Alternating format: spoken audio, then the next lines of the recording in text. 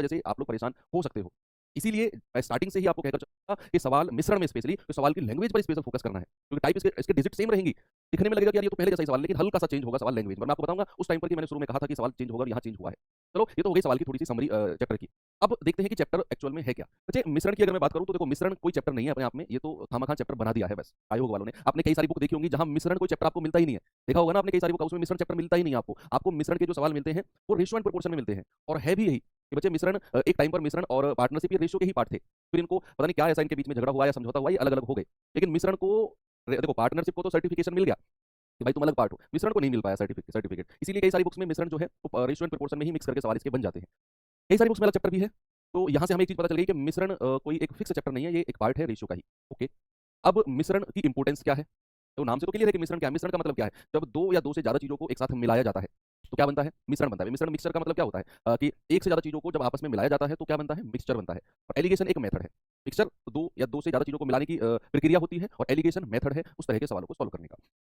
Okay, अब मिश्रण की इंपोर्टेंस क्या है? अच्छा, मिश्रण एक ऐसी विधि है, एक ऐसा टाइप है जो मोस्टली, सुनना मेरी बात, जो मोस्टली मैथ्स के हर चैप्टर में किसी ना किसी सवाल में लग जाता है, ना किसी चैप्टर में लग जाता है। इससे पहला चैप्टर हम लोगों ने टाइम एंड वर्क किया था पार्टनरशिप से पहले, वहां भी मैंने आपको शायद ये मिश्रण विधि लगाकर दिखाई थी। कई परसेंटेज के चैप्टर में भी मिश्रण विधि लग जाएगी, कई सारे टाइप में। सिंपल इंटरेस्ट साधारण ब्याज में भी लग जाएगी, और वहां दिखाऊंगा मैं सवाल आपको। और प्रॉफिट लॉस के चैप्टर्स में भी लग जाएगी, टाइम स्पीड डिस्टेंस के चैप्टर में भी लग जाएगी, है ना। तो एक विधि है जो अलग अलग टाइप के सवालों में लग जाती है और लगेगी। पता कैसे लगेगा? अब सवाल खड़ा होता है तो सर पता कैसे लगेगा कि हमें इस सवाल को मिश्रण से करना है? तो सही है, अब आता है चैप्टर की शुरुआत। अब करते हैं चैप्टर की शुरुआत कि आपका ये सवाल कि सर हमें पता कैसे चलेगा कि इस सवाल में मिश्रण लगाना है। ठीक है, ओके, वेरी गुड। स्टार्ट करते हैं बच्चे क्लास को। Very good. अब यहाँ पर सबसे पहले स्टार्ट करते हैं। बच्चे ये अपना आफत मत मचाओ, आप लोग आफत बहुत मचाते हो। क्वेश्चन शुरू करो, क्वेश्चन शुरू करो, क्या होगा उससे मुझे बताओ। मैं क्वेश्चन शुरू कर दूंगा, 20 25 40 क्वेश्चन करा दूंगा, कुछ मिलेगा नहीं मिलेगा? पीडीएफ से कर लेना क्वेश्चन, पीडीएफ में प्रोवाइड कराता हूं मैं, कुछ वहां से कर लेना। आप क्लास लाइव लेने आए हो मतलब आपको सीखना है, तो जो पढ़ा रहा हूं प्लीज आप उसे सीखो। क्वेश्चन कराओ, आप अपने अकॉर्डिंग मुझे चलाओगे तो कोई फायदा नहीं, आप पीडीएफ से कर लेना, बेस्ट है, आपका टाइम भी बच जाएगा। अब यहाँ अगर मैं आपसे कहूं कि मिश्रण होता क्या है, बच्चे अगर मैं बात करूं चैप्टर की मिश्रण की यानी कि मिक्सचर की, तो होता क्या है मिश्रण? जरा देखते हैं। भाई मिश्रण का मतलब है कि जब मान लो कोई ए चीज है, मान लो कोई ए वस्तु है या ए कोई कमोडिटी है, अगर मैं उसे बी के साथ मिलाता हूं। भाई मान लो ये दूध है, ये दूध है, प्योर दूध है, ये प्योर दूध है, और बी जो है ये प्योर पानी है। बी जो है ये प्योर पानी है, ए जो है ये प्योर दूध है। अब इन दोनों को मुझे मिलाना है। अब इन दोनों को मुझे मिलाना है। जब मैं बात कर रहा था ए की, तो आप दूध कह रहे थे। क्या दूध को कभी मिश्रण कह सकते हो आप? भाई मैं आपसे कहूं प्योर दूध है ना, इसमें कोई कुछ चीज नहीं मिलाया हुआ है, क्या आप उसे कभी मिश्रण कहोगे प्योर चीज को? कभी नहीं कहेंगे। सर ये दूध है ना प्योर, तो इसको प्योर दूध ही बोलेंगे, इसको प्योर दूध ही बोलेंगे। अगर मैं कहूं पानी, इसमें कोई मिश्रण नहीं है, तो आप इसे प्योर पानी बोलोगे, पानी है जी, ये दूध है जी। लेकिन जैसे ही बचा मैंने इन दोनों को मिला दिया, जैसे ही मैंने इन दोनों को मिला दिया, तो भैया एक नया डब्बा तैयार हुआ जिसमें दूध और पानी। अब आप इसको क्या बोलोगे? इस नए डब्बे को क्या नाम दोगे आप? इस नए डब्बे को आप क्या नाम दोगे? आप कहेंगे सर ये प्योर दूध है, ये प्योर पानी है, और जैसे ही आपने इन दोनों को मिलाया तो भाई एक नया डब्बा तैयार हो गया जिसमें दूध और पानी बना। अब इस नए डब्बे का नाम आप क्या बोलोगे? आप ना तो इसे दूध कह सकते हो और ना इसे पानी कह सकते हो। हाँ, आप ऐसा जरूर बोलोगे कि भाई ये मिश्रण है।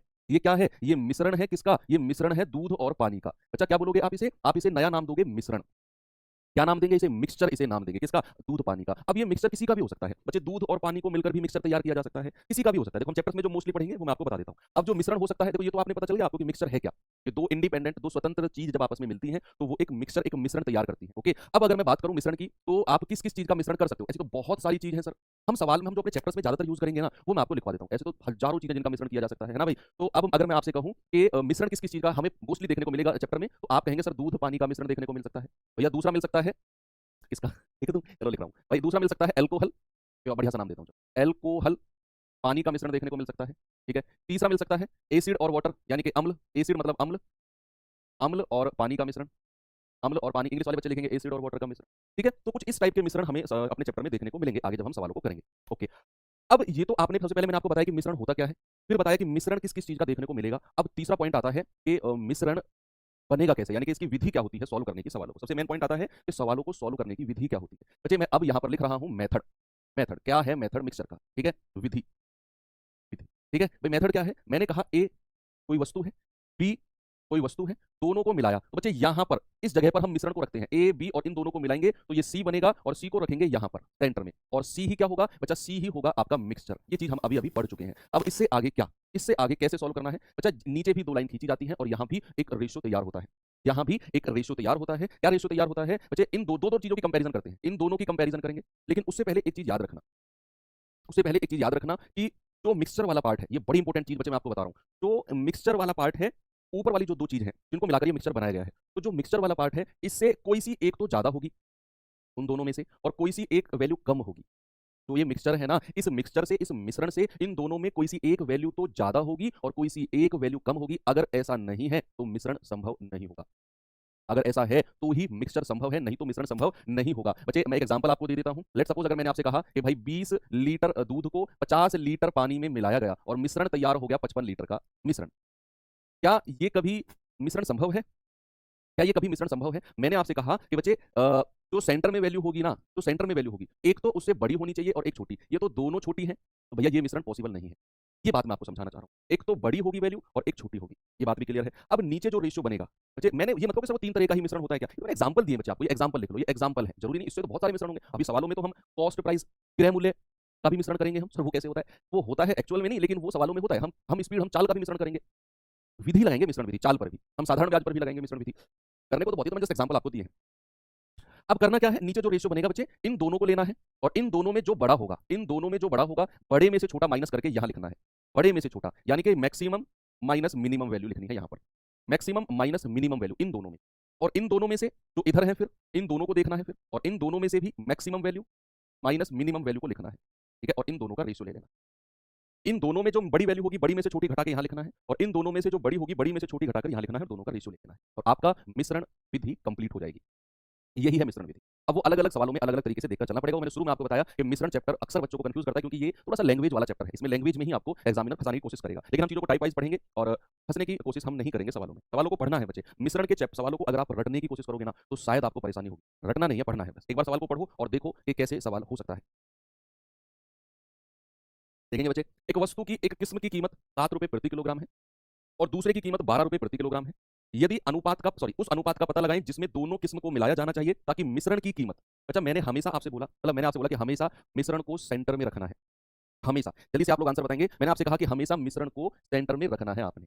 ठीक है भाई, तो बताएंगे जल्दी से सवाल कि एक वस्तु की एक किस्म की कीमत 7 है और दूसरे की 12 है, दोनों को मिलाया गया और मिलाकर मिश्रण की कीमत आपको दे दी। आप कहेंगे कि सर हो गया सवाल, तो यस, अब ठीक है भाई। एक किस्म की कीमत कितनी है 7, दूसरे की कितनी है 12, दोनों अलग अलग रखा, और मैंने कहा मिश्रण को हमेशा यहां पर रखना है सेंटर में, और उसने कहा मिश्रण की कीमत कितनी है 10, वो रख दिया 10। अब आप देखो मिश्रण से एक वैल्यू तो बड़ी है, एक वैल्यू छोटी। फिर मैंने आपको विधि बताई कि बच्चे इन दोनों वैल्यूज को लो और बड़े में से छोटा घटाओ, यानी कि 12 माइनस 10, और इन दोनों वैल्यूज को लो, बड़े में से छोटा घटाओ, बचा 10 माइनस 7। ये कितना आएगा? 2:3। यानी कि उन दोनों किस्म को, उन दोनों वैरायटी को किस रेशियो में मिलाया जाएगा? आप कहेंगे सर 2 और 3 के रेशियो में मिलाया जाएगा। ये आपका सटीक आंसर है, टाइप 1। अभी मैं आपको बड़ा आसान वाला टाइप करा रहा हूं। बच्चे ये सवाल देखिए जरा, देखेंगे इस सवाल को एक बार और जल्दी से आंसर बताएंगे मुझे। Very good. दुकानदार द्वारा 10 रुपए प्रति किलो और 30 रुपए प्रति किलो मूल्य वाली दाल की दो किस्म को किस अनुपात में मिलाया जाना चाहिए, ताकि प्राप्त मिश्रण का मूल्य 15 रुपए पर केजी हो जाए? मिश्रण का जो मूल्य है उसे बच्चा हम सेंटर में रखेंगे भाई। दो किस्में हैं, एक 10 रुपए पर केजी और एक 30 रुपए पर केजी, और मिश्रण का मूल्य कितना हो गया है? 15 रुपए पर केजी। बस अब तो स्पीड बना दो भाई, बड़े में से छोटा घटाओ। बच्चे 30 में से 15 गया 15, इन दोनों में बड़े में से छोटा 15 में से 10 गया 5, तो 5 एकम 5 और 5 दिया 15। आंसर कितना आ गया मेरे भाई? आंसर आ गया 3:1। कोई दिक्कत है किसी को? मुझे नहीं लगता कोई दिक्कत होगी। अब ये सवाल तो बड़ी स्पीड से आप कर सकते हो, तो ये सवाल जल्दी से करके दिखाओ मुझे, फिर अगले टाइप की तरफ आपको लेकर चलता हूँ।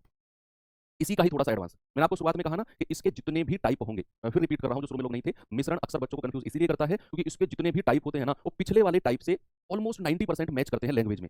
10% थोड़ा सा चेंज होता है, तो बच्चों को लगता है कि इसमें पिछले वाला मेथड क्यों नहीं लगा। तो यही चीज उनको परेशान करती है जब तक वो प्रॉपर तरीके से सवाल को नहीं पढ़ते हैं। इस सवाल करिए, जल्दी से मुझे आंसर बताओ।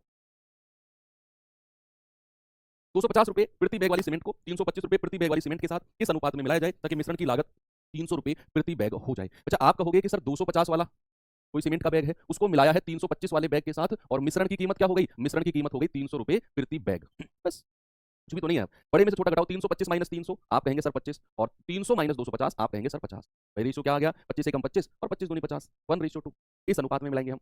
अनुपात में मिलाने का क्या मतलब है कि भाई जिसकी कीमत 325 है ना, उसका तो 2 यूनिट लेना है वजन, वजन, और जिसकी कीमत 250 है उसका लेना है 1 यूनिट वजन। तो नीचे जो रेशियो है वो वजन का रेशियो आया है, तभी वो कह रहा है कि किस अनुपात में मिलाया जाए। ऐसे ही पिछले सवाल में था कि भाई वो कह रहा है ना 10 रुपए पर केजी वाली 30 रुपए पर केजी के साथ किस अनुपात में मिलाई जाए कि मिश्रण का मूल्य इतना हो जाए। मतलब 30 रुपए पर केजी जिसका मूल्य है ना, जिसका मूल्य है दाल का, वो तो 1 यूनिट ली है वजन में, और जिसका मूल्य 10 रुपए पर केजी है वो ली है 3 यूनिट वजन में, और फिर उनको मिलाया गया है। ठीक है, ये वो सवाल कहना चाह रहा है।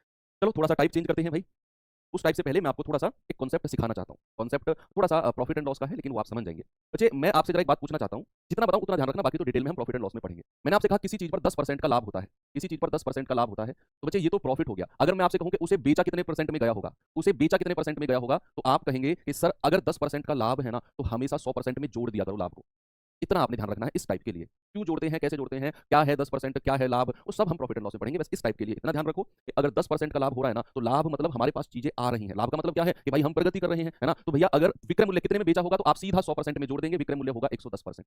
अगर किसी चीज को, और याद रखना क्रय मूल्य, बच्चे कॉस्ट प्राइस, क्रय मूल्य हमेशा, क्रय मूल्य ये तो हमेशा मैं आपको कह रहा हूं हमेशा 100% होता है, हमेशा अपने आप में 100% होता है क्रय मूल्य। कॉस्ट प्राइस हमेशा अपने आप में 100% होता है। अगर किसी चीज पर 10% का प्रॉफिट है, तो विक्रय मूल्य 100 में जोड़कर हम इसे 110% कह देते हैं। अच्छा, अगर मैं आपसे कहूं किसी चीज पर 8% का लाभ है, किसी चीज पर 8% का लाभ है, तो जरा उसका विक्रय मूल्य बताना मुझे, तो आप कहेंगे सर 108%। यस, कोई दिक्कत नहीं है, बड़े आराम से आपने कह दिया। अगर मैं आपसे कहूं किसी चीज पर ना 11% की हानि हुई है, लॉस हुआ है, किसी चीज पर बच्चा 11% का लॉस हुआ है, तो अगर 11% का लॉस है, तो उसका विक्रय मूल्य कितना होगा भैया, 100 में से घटाएंगे। अगर हानि हुई है, अगर लॉस हुआ है, तो हम विक्रय मूल्य के लिए इस 11 को 100 में से माइनस करेंगे, और आप कहेंगे कि सर जो विक्रय मूल्य है ना, दैट इज 89%। अगर हानि की बात करेगा तो 100 में से घटाएंगे विक्रय मूल्य पाने के लिए, और अगर लाभ देगा तो विक्रय मूल्य पाने के लिए 100 में जोड़ देंगे। ये बात आपको क्लियर हो गई। और क्रय मूल्य हमेशा 100% होता है, पहला कॉन्सेप्ट। दूसरा कॉन्सेप्ट आपको मैं बताना चाहूंगा, भाई आप मुझे एक बात बताओ, आप दो चीजों का मिश्रण कर रहे हो। मान लो आप यहाँ पर कोई वस्तु का क्रय मूल्य लिख रहे हो, यहाँ पर भी क्रय मूल्य। अभी जो आपने 3 सवाल किए वो क्रय मूल्य का ही तो मिश्रण किया आपने। तो किसी दाल का मूल्य 325 रुपए पर केजी है, उसको 250 पर केजी वाली में मिलाया, तो मिश्रण ये हो गया। वो क्रय मूल्य कॉस्ट प्राइस तो ही था कि भाई किसी दाल का मूल्य 10 रुपए पर केजी है, उसको 25 रुपए पर केजी वाली दाल के साथ मिलाया, वो क्रय मूल्य का ही तो था मिश्रण। तो अगर आप क्रय मूल्य का मिश्रण कॉस्ट प्राइस का मिश्रण करते हो, तो बच्चे मिश्रण में जो लेंगे ना हम यहाँ पर भी क्रय मूल्य ही हमको लेना पड़ेगा। यहाँ पर भी हमको क्रय मूल्य ही लेना पड़ेगा। अगर आप आम के पेड़ बोते हो ना, तो भैया फल भी आम का ही मिलेगा, अमरूद का नहीं मिलेगा। अगर आप कॉस्ट प्राइस का मिश्रण करते हो ना, तो मिश्रण में भी कॉस्ट प्राइस ही लेना पड़ेगा। ओके, ये बात क्लियर है आपको, कोई दिक्कत नहीं है। अगर मैं आपसे कहूं कि यहाँ पर मैंने मिश्रण कर दिया, यहाँ पर मैंने मिश्रण कर दिया मान लो, तो ये बात की बात है। लेकिन अभी आप इस बात को ध्यान रखो कि अगर मैं क्रय मूल्य का मिश्रण कर रहा हूं, तो हमें मिश्रण में भी कॉस्ट प्राइस यानी कि क्रय मूल्य ही मिलेगा। ठीक है, चलो अब जैसे मैं सवाल के दोनों कॉन्सेप्ट ध्यान रखना, इन दोनों कॉन्सेप्ट पर ही आपका अगला टाइप है। जैसे ये सवाल है, एक बार देखो इसे, पढ़ो आराम से, डरना मत, आराम से करेंगे, जल्दी से बताएंगे आंसर क्या होगा इसका। यस, चीनी जिसकी लागत 40 रुपए प्रति किलोग्राम है, और चीनी जिसकी लागत 48 रुपए प्रति किलोग्राम है, को किस अनुपात में मिलाया जाना चाहिए ताकि मिश्रण को 54 रुपए प्रति किलोग्राम में बेचकर 20% कमाया जा सके। ये सवाल देखो, ये सवाल देखो कि भाई उसने चीनी का मिश्रण किया है, उसके क्रय मूल्य का, उसके कॉस्ट प्राइस का, लागत मतलब होता है क्रय मूल्य। तो कह रहा है कि एक प्रकार की चीनी है जिसका लागत 40 रुपए है, उसको दूसरे प्रकार की चीनी के साथ मिलाया गया जिसकी लागत 48 रुपए है, क्रय मूल्य। अब मैंने अभी अभी आपको बताया कि अगर आप मिक्सचर कॉस्ट प्राइस का कर रहे हो, तो यहां भी आपको कॉस्ट प्राइस चाहिए। लेकिन सवाल ने बोला कि दोनों को किस अनुपात में मिलाया जाना चाहिए ताकि मिश्रण को 54 रुपए प्रति किलोग्राम में बेचकर, बच्चे यहां ये 54 रुपए प्रति किलोग्राम जो है ना, ये आपको विक्रय मूल्य दिया हुआ है, क्योंकि उसने वो बेचने की बात कर रहा है, और 20% का प्रॉफिट कमाया जा सके। हमें सबसे पहले मिश्रण का क्रय मूल्य निकालना होगा, तब जाकर हम अपना मेथड लगा पाएंगे। तो इस तरह के सवालों में आपको दिया जाएगा कि मिश्रण को इतने में बेचकर इतने परसेंट का प्रॉफिट, मतलब हमें पहले मिश्रण का क्रय मूल्य निकालना होगा। सबसे पहला काम बच्चा हमारा क्या है, सबसे पहला काम है मिश्रण का क्रय मूल्य निकालना, मिश्रण का कॉस्ट प्राइस निकालना, वो सबसे पहला हमारा काम होता है इस तरह के सवालों में।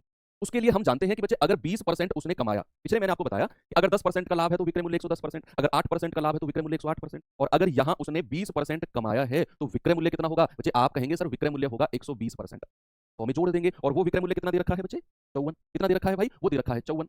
120% की वैल्यू कितनी है, 54 है ना। तो हमें 100% की वैल्यू निकालनी है, तो 1% की वैल्यू कितनी है, 54/120, और 100% की वैल्यू कितनी होगी, आप कहेंगे कि सर 54/120 और इंटू 100, ये होती है ना। बस आपका क्रय मूल्य आ जाएगा भाई, 20 पंजे 100, 20 छिक्के 120, 6 निम्मा 54, 9 पंजे 45। ये जो 45 है ना, ये आपका मिश्रण का क्रय मूल्य आ गया।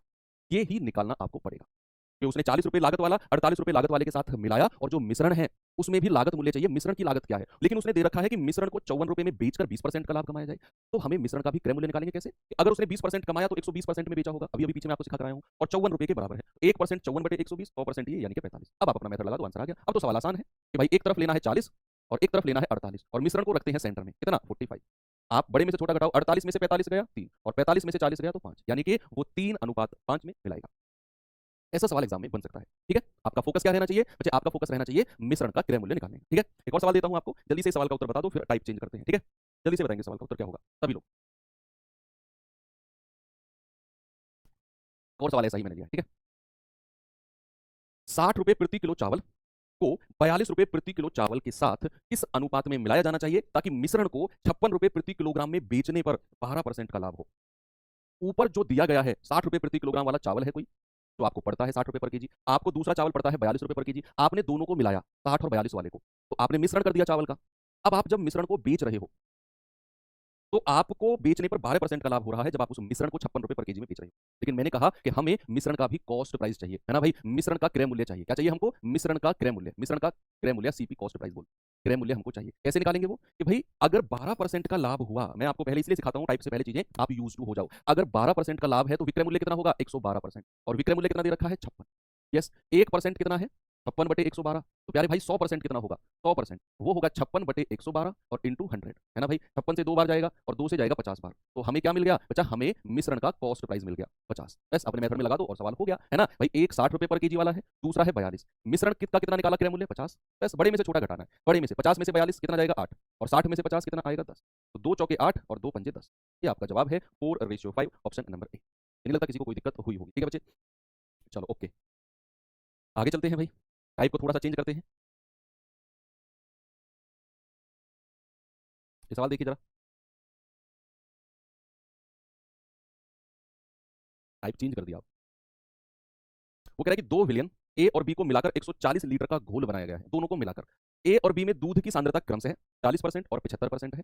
यदि परिणामी घोल में दूध की सांद्रता, दूध की कॉन्सेंट्रेशन 52% है, तो परिणामी घोल में ए की मात्रा क्या होगी? सांद्रता मतलब क्या होता है? वर्ड आपके दिमाग में घूमेगा कि सांद्रता यानी कि कॉन्सेंट्रेशन क्या होता है? कॉन्सेंट्रेशन होता है, मान लो कोई मिक्सचर है, मान लो कोई मिश्रण है, इसमें दूध और पानी है, दूध और पानी है। अगर मैं आपसे कह रहा हूं कि दूध की सांद्रता, दूध की कॉन्सेंट्रेशन 40% है, तो इसका मतलब है कि इसमें दूध 40% होगा।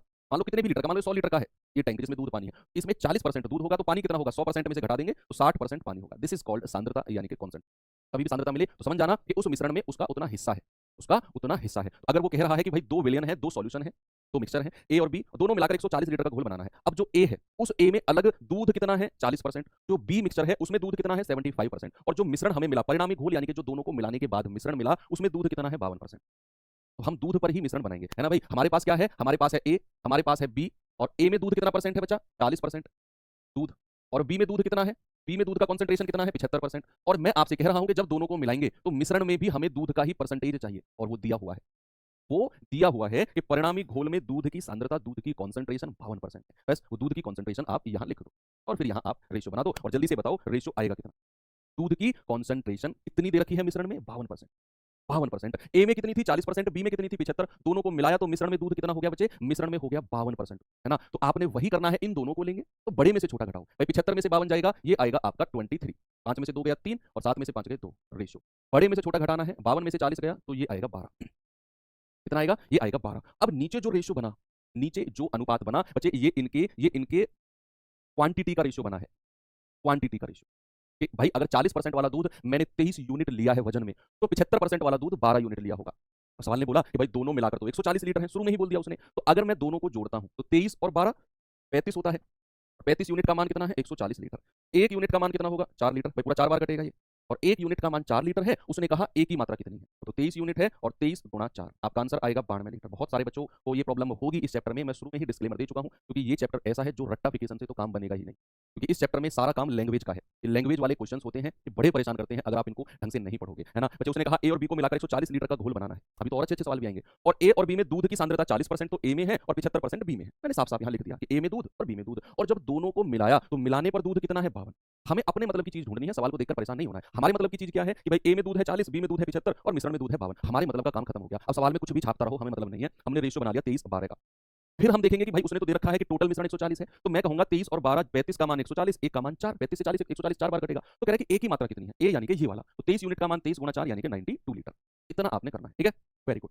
एक और सवाल दूं ऐसा ही, चलिए एक और सवाल देता हूं, ये सवाल देखेंगे फिर हम अगले टाइप की तरफ चलते हैं। 140 बच्चे सवाल में दिया हुआ, तुम्हें पहली लाइन तो पढ़ो सवाल की। ए की क्वांटिटी 23 यूनिट है, हमें उसका ओरिजिनल वैल्यू निकालना है बच्चे। वो 23 और 12 अनुपात में दे रखा है, तो 23 और 12 कितना होता है? जोड़ना जरा, 35 और 35 दोनों जुड़ गए ए और बी, तो दोनों की वैल्यू 140 लीटर सवाल की पहली लाइन में दे रखी है। तो ए की वैल्यू 4, तो 23 यूनिट किसका? ए का मान है, तो 23 गुणा 4 192, ठीक है। चलो सवाल है 20% की सांद्रता वाला H2SO4। अब ये यहाँ H2SO4 का कॉन्सेंट्रेशन दे रखा है कि 20% की सांद्रता वाला H2SO4 के 100 ml घोल को 50% सांद्रता वाले x ml मिश्रण के साथ इस तरह मिलाया गया ताकि शुद्ध मिश्रण में 30% H2SO4 हो। शुद्ध मिश्रण x का मान कितना है? अच्छा, वो आपसे कहना चाह रहा है कोई दो डब्बे हैं आपके पास। अच्छा, कोई दो डब्बे हैं आपके पास, इस डब्बे में H2SO4 कितना है? ये डब्बा ए मान लिया मैंने। इस डब्बे में H2SO4 20% है और दूसरा डब्बा मैंने मान लिया बी। अच्छा, इस डब्बे में H2SO4 कितना है? इस डब्बे में H2SO4 है 50%। कितना है? 50%। और कह रहा है दोनों को मिलाना है। तो जो मिश्रण तैयार हुआ, इस मिश्रण में H2SO4 कितना है? देखो, उसने कहा कि इस तरह मिलाया जाता है, साफ साफ लिख के देगा आपको, इस तरह मिलाया जाता है कि शुद्ध मिश्रण यानी कि नेट मिक्सर 30% सांद्र हो जाए, 30% उसमें H2SO4 मिल जाए। बस हमें अपने मतलब की चीज ढूंढनी है सवाल में कि हमें ये चाहिए और दोनों का मिश्रण चाहिए। बाकी सवाल में कुछ भी वो कहानी लिखे, हमें कोई मतलब नहीं है, अपने मतलब की चीज उठानी है कि भाई एक मिश्रण 20% H2SO4, दूसरा मिश्रण 50% H2SO4, दोनों को मिलाया तो मिलाने पर जो मिश्रण तैयार हुआ उसमें 30% H2SO4 बीच में रख दिया और नीचे रेशियो बना देंगे। जल्दी से बताओ, बड़े में से छोटा घटाकर कितना वो रेशियो बनेगा? रेशियो बताना है, आगे का काम मैं आपको बताऊंगा। 50 में से 30 गया तो 20%, और बड़े में से छोटा 30 में से 20 गया तो बचे 10%। रेशियो कितना आएगा भाई? 10 एकम 10 और 10 दूनी 20। ये रेशियो आ गया 2:1 का। अब देखना, सामने देखना, 2:1 का मतलब क्या है कि जिसमें 20% H2SO4 था ना, वो तो 2 यूनिट लेना है, और जिसमें 50% H2SO4 है वो 1 यूनिट लेना है। अब सवाल की जरा पहली लाइन पढ़ना कि 20% H2SO4 का कितना ml है? 100 ml। जिसमें 20% H2SO4 है ना, उसकी क्वांटिटी, उसका वजन कितना है? 100 ml। कितना है? 100 ml। और यहां से मैं क्या निकाल के लाया हूं कि जिसमें 20% H2SO4 है उसका वजन तो 2 यूनिट है, और सवाल में कह रहा है कि 20% वाला 100 ml है ना? तो बच्चा क्या मैं ये कह सकता हूं कि 2 यूनिट का मान 100 ml? अब आप कहेंगे सर पिछले सवाल में तो आपने दोनों को जोड़कर किया था। बच्चा उस सवाल में टोटल दे रखा था, ए और बी मिलाकर, 140 है। ये उसने दे रखा था कि ए और बी मिलाकर 140 है। यहां उसने ऐसा नहीं दिया, यहां उसने बोला कि जिसमें 20% है ना वो 100 ml है, और जिसमें 50% है वो x ml है। x का मान आपसे पूछा, तो 2 यूनिट का मान 100 ml, 1 यूनिट का मान 100/2 यानी कि 50 ml। बच्चे इस 1 यूनिट का मान कितना होगा? 50 ml, और यही मुझे चाहिए, यही मेरे x का मान हो जाएगा, है ना? 50% वाला कितना है? 50 ml, और यही मेरा आंसर। इतना आपने करना है, ठीक है? जो जो चीज मैं आपको बताता रहूं एज इट इज दिमाग में रखकर उसकी ही प्रैक्टिस करते रहो, और कुछ नहीं करना है आपने इस चैप्टर, ठीक है भाई? चलो, तो ये चीज भी आपको क्लियर हुई, वेरी गुड। अब इसी का ही एक एडवांस वर्जन वाला टाइप मैं आपको कराने वाला हूँ, ठीक है? चीजों को मैंने इसी तरीके से टाइप में बांटा हुआ है ताकि आपको कोई प्रॉब्लम ना हो। मैं एक्सेप्ट करता हूँ कि ये चैप्टर प्रॉब्लम वाला चैप्टर है जो अक्सर बच्चों को परेशान करता है, लेकिन मैं आपको पढ़ा उस फ्लो में उस तरीके से रहा हूँ कि आप जितना मैं आपको पढ़ाऊँ उसका रिवीजन कर लेना। कल भी हम यही चैप्टर कंटिन्यू रखेंगे, 2 दिन ये चैप्टर में मैंने लिए हैं, और 2 दिन में हम बहुत सारी चीजें और बहुत अच्छे अच्छे तरीके से सीख जाएंगे, ठीक है भाई? चलो, अब नेक्स्ट टाइप से पहले कुछ चीजें मैं आपको बताना चाहता हूँ जो अगले टाइप में यूज होंगी, जो अगले टाइप में यूज होंगी। सबसे पहले मुझे एक बात बताओ, अगर मैं यहाँ कहता हूँ पानी, प्योर पानी है, शुद्ध पानी है, इसमें कुछ मिलावट नहीं है, कोई इसमें दूध दारू वारू कुछ नहीं मिल रही है इसमें, ये प्योर पानी है। अब मैं आपसे कह रहा हूं कि इस पानी में पानी का परसेंट कितना है? बच्चे, मैंने आपसे कहा पानी का प्रतिशत कितना है इसमें, क्या आप मुझे बता पाओगे? ये शुद्ध पानी मैंने बोला है, शुद्ध पानी, ठीक है बच्चे? मैंने कहा कि ये शुद्ध पानी है, और शुद्ध पानी में मैं आपसे कह रहा हूं कि पानी का परसेंट कितना है? परसेंट कितने परसेंट इसमें पानी है? आप कहेंगे कि सर अभी जो आपने कहा एक वर्ड, कि शुद्ध पानी, प्योर वाटर, नहीं बच्चे डिमोटिवेट नहीं कर रहा हूं। डिमोटिवेट का मतलब, यार तुम लोग तो मतलब नहीं समझते हो, कहीं की ईट और कहीं का उठा उठाकर ऐसे फेंकते हो। डिमोटिवेट का मतलब क्या होता है? डिमोटिवेट का मतलब होता है जब मैं तुमसे ये कहूं कि तुमसे नहीं होगा, जाओ ये चैप्टर बहुत हार्ड है, that is called demotivate. That is called demotivate, कि भाई तुमसे नहीं होगा, तुम्हारे बस ये चैप्टर बहुत हार्ड है, जाओ तुम भागो यहाँ से, वो होता है डिमोटिवेट। मैं तुमसे कह रहा हूं कि चैप्टर अच्छा है, सवाल अच्छे बनते हैं, प्रॉब्लम करते हैं बच्चों को, लेकिन जिस तरीके से मैं समझा रहा हूं उस तरीके से समझो, डेफिनेटली समझ जाओगे। तो मैं डिमोटिवेट कर रहा हूं तुमको, मतलब ही नहीं पता डिमोटिवेट का क्या होता है? सीधा मोई मोई सुनकर आ रहे हो ना, तो गलती तुम्हारी नहीं है। मैंने कहा शुद्ध पानी है, और शुद्ध पानी में पानी का परसेंट कितना होता है? तो आप कहेंगे सर अगर कोई भी शुद्ध चीज होगी ना उसका परसेंट हमेशा 100% होगा। अगर मैं आपसे कहूं कि आपकी ईमानदारी आपके सिलेक्शन के लिए, आप सभी लोग चाहते हो ना यूपी पुलिस में सेलेक्ट हो, चाहते हो ना, तो आपका जो डेडिकेशन है उसमें आपके डेडिकेशन का कितना परसेंट है? भाई आप किस ईमानदारी से मेहनत कर रहे हो? अगर मैं आपसे कहूं आपकी ईमानदारी कितने परसेंट है आपकी तैयारी में? आप कहोगे सर ये इमोशनल मत करो, हमने तो जी जान लगा रखी है तैयारी में, यानी कि हमारी तैयारी में हमारी ईमानदारी जो है ना सर वो 100% है, कुछ भी हम धोखा नहीं कर रहे हैं, तो हमारी ईमानदारी कितनी है? 100%, है ना? तो मैं अगर आपसे कहूं कि कोई भी शुद्ध चीज होगी, कोई भी प्योर चीज होगी, शुद्ध वस्तु हमेशा कितनी होगी बच्चे? अपने आप में 100% होगी। शुद्ध वस्तु हमेशा अपने आप में उसकी जो सांद्रता, उसकी जो कॉन्सेंट्रेशन होगी वो 100%। ये बात आपको अब दिमाग में सेट हो गई है। दूसरी चीज क्या है? एक चीज तो ये है कि शुद्ध चीज अगर मैं किसी मिक्सचर में मिला रहा हूं और मैं आपसे कहूं कि भाई इसमें इसका कितना परसेंट है, तो आप कहोगे सर 100% है। लेट्स सपोज अगर मैं आपसे कहूं कि भाई यहाँ दूध और पानी का कोई मिश्रण है, मैंने आपसे कहा दूध और पानी का कोई मिश्रण है, इसमें मैंने बाहर से पानी मिलाया, तो इस पानी जो बाहर से मैंने पानी मिलाया है, ये पानी अपने आप में 100% कॉन्सेंट्रेशन के साथ आएगा, कि अपने आप में 100% सांद्रता लेकर आएगा जो पानी बाहर से ऐड हो रहा है। इस मिश्रण में दूध पानी में पानी कितना परसेंट था वो अलग बात है, लेकिन जो बाहर से प्योर वाटर मिल रहा है वो अपने आप में 100% होगा। ये इस चीज से मैं आपको समझाना चाह रहा हूं, ठीक है? तो चलिए, अब दूसरा जो कॉन्सेप्ट है इसी टाइप का, वो आपने दिमाग में सेट करना है। सवाल किस टाइप के आएंगे कि भैया जब भी जो चीज बाहर से मिलाई जाती है, देखो मैं दोनों पॉइंट लिखवा देता हूं ताकि आपके नोट्स जब आप रिवाइज करो तो दिमाग में चीजें आ जाएं। तो जो प्योर वस्तु या शुद्ध चीज बाहर से मिलाई जाती है, कैसे लिखते हैं देख लेना भैया, मिलाई जाती है, वह अपने आप में वह अपने आप में 100% सांद्रता, या इंग्लिश में अगर मैं कहूं कॉन्सेंट्रेशन, सांद्रता कॉन्सेंट्रेशन के साथ होती है। एक एक वर्ड पे ध्यान करना, जो प्योर चीज बाहर से मिलाई जाती है वह अपने आप में 100% सांद्रता यानी कि कॉन्सेंट्रेशन के साथ होती है। और दूसरा और मोस्ट इंपोर्टेंट पॉइंट क्या है? जो चीज जो वस्तु बाहर से मिलाई जाती है, जो वस्तु बाहर से मिलाई जाती है, जो वस्तु बाहर से मिलाई जाती है, वह है मिलाई जाती है मिश्रण विधि, मिश्रण विधि उसी पर लगाते हैं। अब ये पॉइंट हो सकता है आपको परेशान करे, लेकिन जब सवाल कराऊंगा तो वहां ये चीजें आपको बिल्कुल क्लियर हो जाएंगी कि जो वस्तु बाहर से मिलाई जाती है मिश्रण विधि उसी पर लगाते हैं। बिल्कुल मैंने वही चीज लिखी है जो मैं अब अप्लाई करने वाला हूं सवालों में। ठीक है, ये दो पॉइंट हैं बच्चे। पहला पॉइंट क्या है कि जो वस्तु बाहर से, जो प्योर वस्तु बाहर से मिलाई गई है वो अपने आप में 100% हो, अपने आप में 100% सांद्रता यानी कि कॉन्सेंट्रेशन के साथ हो। और जो वस्तु बाहर से मिलाई जाती है मिश्रण विधि, ये पॉइंट पे फोकस करना, जो वस्तु बाहर से मिलाई जाती है मिक्सचर विधि, मिश्रण विधि हम उसी पर लगाते हैं। ये दो पॉइंट है। ठीक है, आप लोगों को समझ में आ चुके होंगे और अब मैं सवाल के साथ और इनको क्लियर करने वाला हूं। एक बार आप सवाल को देखो, जहां भी ये वर्ड आपको मिल जाए ना कि बाहर से पानी मिलाया गया या बाहर से दूध मिलाया गया, तो आप समझ जाना कि मैं किस टाइप की बात कर रहा हूं। पर पहचानेंगे कैसे? मैंने बता दिया ना कि बाहर से मिलाने वाली चीज जहां भी सवाल में दिख जाए आपको, तो समझ जाना कौन से टाइप के सवाल की बात हो रही है। उसने कहा दूध और पानी के 300 ml मिश्रण में 75% दूध है, इसमें कितना पानी और मिलाया जाना चाहिए ताकि 45% दूध और पानी का मिश्रण बन जाए। अब मैंने आपसे कहा जरा इस सवाल को देखो और अपने दोनों पॉइंट्स ढूंढने की कोशिश करो। पहला पॉइंट क्या है कि जो चीज बाहर से मिलाई गई हम मिश्रण विधि उसी पर लगाएंगे, मुझे उसी का ही परसेंटेज चाहिए। जो चीज बाहर से मिलाई गई है, तो जरा इस सवाल में ढूंढो कौन सी वो चीज है जो बाहर से मिलाई गई है। तो बच्चे आप सवाल को पढ़ने गए और आपने ढूंढा कि दूध और पानी 300 ml मिश्रण में 75% दूध, इसमें कितना पानी मिलाया जाना चाहिए। तो आपने ये चीज फाइंड आउट कर ली कि उसने बाहर से पानी मिलाया है। उसने बाहर से क्या मिलाया है भाई? उसने बाहर से पानी मिलाया है। ओके, और जब उसने बाहर से पानी मिलाया है तो हम मिश्रण विधि किस पर लगाएंगे? पानी पर। तो हमें परसेंटेज भी किसका चाहिए? पानी का परसेंटेज। वैसे आपने सबसे पहले क्या ढूंढना है कि बाहर से क्या मिलाया? सर पता चल गया उसने बाहर से पानी मिलाया है, तो सर ये पता चलते ही फिर परसेंटेज भी पानी का ही चाहिए मुझे। अब सवाल ने बोला है दूध और पानी के 300 ml मिश्रण में 75% दूध है। बच्चे अगर 75% दूध है तो जरा मुझे एक बात बताना, पानी कितना होगा? टोटल 100% होता है तो पानी 25% रहा होगा मिश्रण में। क्या आप मुझे ये बात बता सकते हो कि सर बिल्कुल सही बात है कि अगर दूध और पानी के मिश्रण में 75% दूध है तो पानी कितना होगा? 25% होगा। उसको यहां लिख लो। और जो पानी बाहर से मिलाया गया, बच्चे जो बाहर से पानी मिलाया गया वो दूसरी तरफ लिखो। जो पानी बाहर से मिलाया गया वो अपने आप में कितना होता है? 100%। और ये चीज तो हम सेकंड पॉइंट में कर चुके हैं। मैं देखो इस सवाल को कराने के 6 तरीके करा सकता हूं। मैं वो तरीका आपको करा रहा हूं जिसे आप एग्जाम में अप्लाई कर सको। एक लाइन वाला तरीका भी है मेरे पास। बच्चे बहुत सारे टीचर आपने देखे होंगे जो सिंगल लाइन में एक पॉइंट में चीजों खत्म करके कहते हैं ये रहा आंसर। आप लोग इंप्रेस हो जाते हो कि भाई मजा आ गया यार, ये जैसा मास्टर तो दुनिया में नहीं है। क्या आपने कभी ये सोचा कि एक पॉइंट में इस मास्टर ने तो सवाल खत्म कर दिया, क्या मैं कर सकता हूं? मास्टर तो दुनिया का सबसे बेस्ट मास्टर है, वो सबसे बेस्ट, उससे जैसा कोई है नहीं। चलो ठीक है, ओके डन कर दिया। क्या आप अप्लाई कर सकते हो उस चीज को? ये मैटर करती है चीज। स्वार्थी बनना पड़ता है तैयारी करते टाइम कि हमारा क्या फायदा है, ये तो बेस्ट है। ओके, तो मैं वो मेथड आपको बताता हूं जिसे आप एग्जाम में अप्लाई कर सको। बताने को तो बहुत आसान आसान मेथड भी है, मैं आपको इंप्रेस कर दूंगा। ये खुद ये सवाल के मेथड इतने आसान बता, लेकिन आप उन्हें एग्जाम में अप्लाई नहीं कर पाओगे, हवा भी नहीं लगेगी मेथड कैसे अप्लाई करें। हमेशा मेथड वो सीखो जिन्हें आप खुद अप्लाई कर सको, चाहे वो थोड़े से बड़े ही क्यों ना हो। ये मैटर करता है कि आपका क्या फायदा है ना, वो तो बेस्ट है। ओके, तो मैंने कहा कि पानी बाहर से मिलाया गया, पानी पर एलिगेशन लगाएंगे।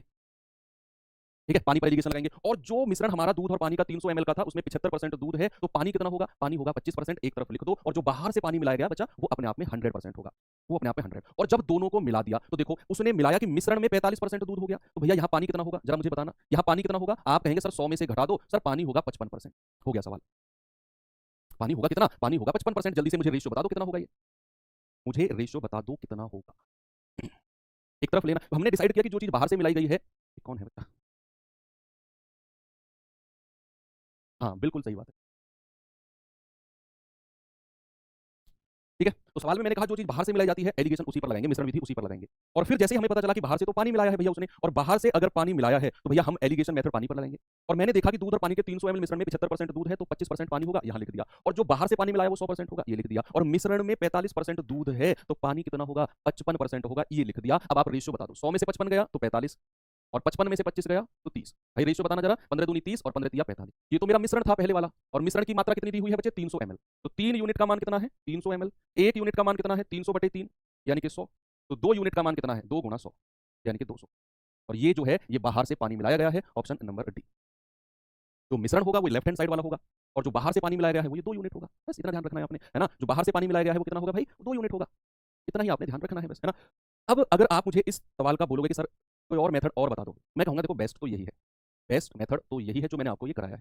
आपने डिसाइड करना है बाहर से क्या मिलाया गया पानी, उसी का ही परसेंटेज लिखकर सवाल करना है। बेस्ट तो यही है। लेकिन अगर आप कहोगे कि सर इसका कोई और मेथड हो, मैं कहूँ इसके 4-5 मेथड है मेरे पास। चलो एक मेथड मैं आपको और बता देता हूँ, अगर आप उसे समझ पाओ तो। लेकिन करना इसी से ही, मैं फिर कह रहा हूँ बेस्ट यही है, एग्जाम में इसे ही आप अप्लाई कर पाओगे। दूसरा मेथड मैं आपको अगर बताऊँ, मुझे एक बात बताओ कि उसने बाहर से क्या मिलाया है। सुनना, ये थोड़ा सा इस पर आपको ध्यान देना पड़ेगा, मेरी बात सुनना, इस पर थोड़ा सा आपको ध्यान देना पड़ेगा। उसने बाहर से क्या मिलाया? उसने बाहर से मिलाया पानी। ओके, तो क्या दूध की मात्रा कभी चेंज होगी? ये बहुत कॉन्सेप्चुअल टाइप है जो मैं आपको बताने वाला हूँ। जो मैं आपको बताने वाला हूँ बड़ा ही कॉन्सेप्चुअल टाइप है कि अगर उसने बाहर से पानी मिलाया तो जो दूध की मात्रा है तो कभी चेंज होगी। भाई आपके घर में दूध और पानी का कोई एक डब्बे में 3 लीटर दूध है, 2 लीटर पानी है, आपने 1 लीटर पानी और मिला दिया, तो मिश्रण की मात्रा तो बढ़ गई, क्या जो 3 लीटर दूध था वो कभी चेंज होगा? तो चेंज नहीं होगा ना।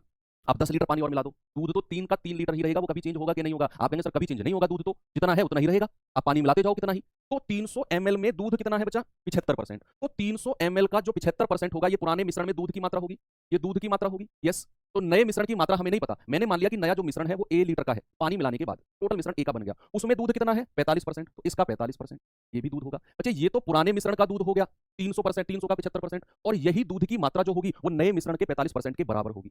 दूध कभी भी चेंज नहीं होगा क्योंकि उसने बाहर से पानी मिलाया है। तो 300 का 75% पुराने मिश्रण के दूध की मात्रा थी और नए मिश्रण की मात्रा ए मानी, उसका 45%, दोनों को बराबर कर दो, आप नए मिश्रण की मात्रा मिल जाएगी आपको कि नया मिश्रण है कितना। तो जल्दी से आप मुझे बताना भाई, 15 से कटेगा 15 3 45, 15 5 75, 3 से कटेगा 100 बार, सॉरी 100 बार। यस। तो ए कितना आ गया? 100 पंजे 500। तो नया मिश्रण कितना है? 500 लीटर का। पुराना मिश्रण कितना था? 300 लीटर का, 300 ml, सॉरी 300 ml। तो जो यहाँ एक्स्ट्रा मिला 500 में से 300 गए 200 ml, भैया ये पानी की ही तो मात्रा होगी जो बाहर से मिलाया गया। पुराना मिश्रण 300 था, नया 500 बन गया, मतलब 200 ml पानी मिलाया गया होगा। अब आप कहोगे सर ये भी अच्छा तरीका है, अच्छे सारे हैं, बेस्ट वही है जो आप अप्लाई कर सकते हो, है ना। ये तरीका अगर आप अप्लाई कर सकते हो तो ये भी बेस्ट तरीका है, ठीक है। पिछले वाला भी बेस्ट था, वो मिश्रण हम चैप्टर पढ़ रहे हैं तो मिश्रण तरीके से मैंने आपको करा दिया। अगर मैं आपको प्रैक्टिस सेट में करा रहा होता तो ये तरीका भी मैं आपको बताता, ठीक है भाई, कि दूध की मात्रा कभी चेंज नहीं होगी क्योंकि उसने बाहर से पानी मिलाया है। तो 300 का 75% जो होगा दूध वो नए मिश्रण के 45% के बराबर होगा। तो टोटल नया मिश्रण 500 ml मिल गया, उसमें से पुराना वाला घटाएंगे तो 200 ml पानी आ जाएगा जो उसने मिलाया था, जो उसने मिलाया था, ठीक है। चलो अगला सवाल ये रहा आपके सामने, जल्दी से बच्चे इसे अपने मिश्रण विधि से ही करना, ठीक है। ये दोनों मेथड भी आप अप्लाई कर सकते हो, दोनों अच्छे हैं, दूसरे वाला भी बेस्ट है, दूसरे वाला भी बेस्ट है, ठीक है।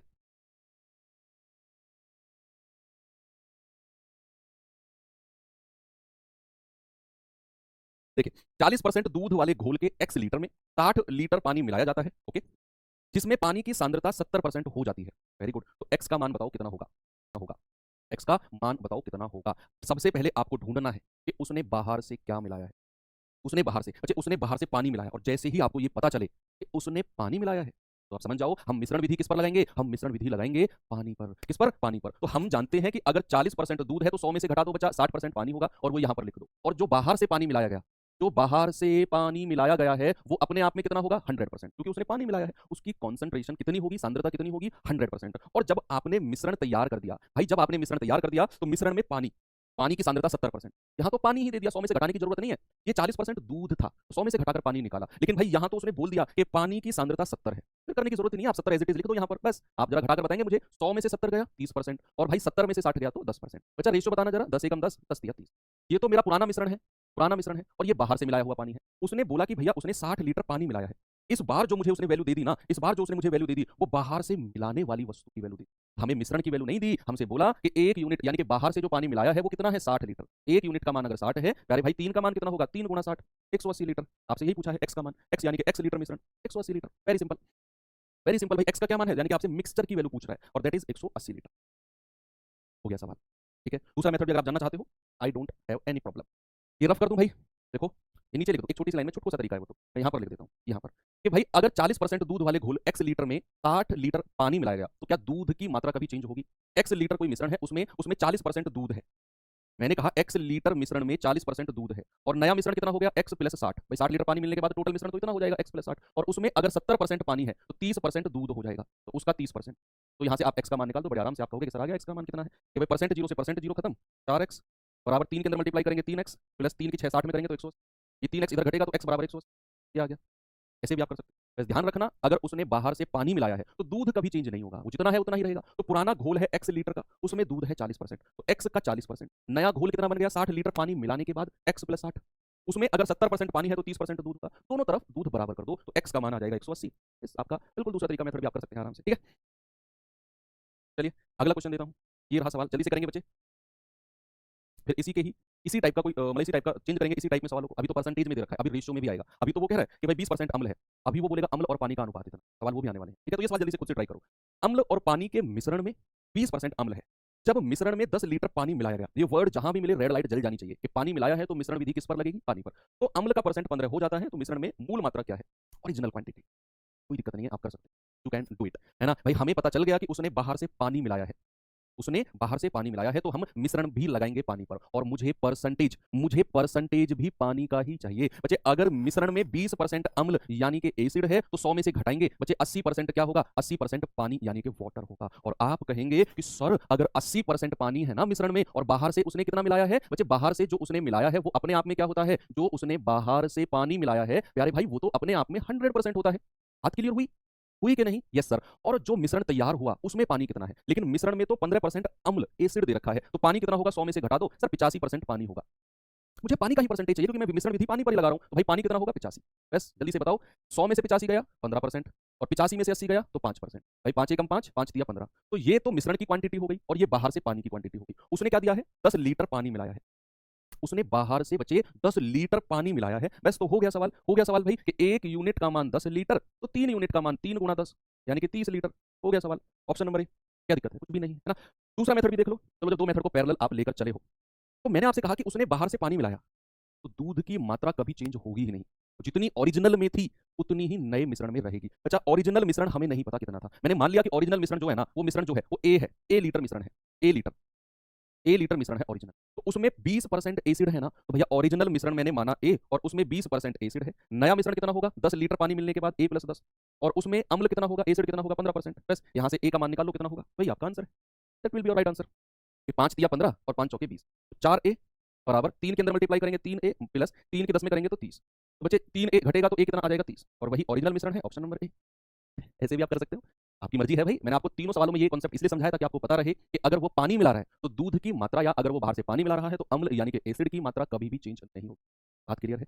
ये टोटल मिश्रण नहीं है, ओरिजिनल मिक्सर है जो पुराने वाला था। नया मिश्रण की बात करेगा वो 40 हो जाएगा, ठीक है आपकी बात ठीक है, एक बच्चे की। ये ओरिजिनल वाले की बात कर रहा हूं मैं। उसने पूछा है मूल, मूल मात्रा समझते हो क्या होता है मूल, यानी कि शुरुआत में कितना था, मूल का मतलब है शुरुआत में कितना था, ठीक है।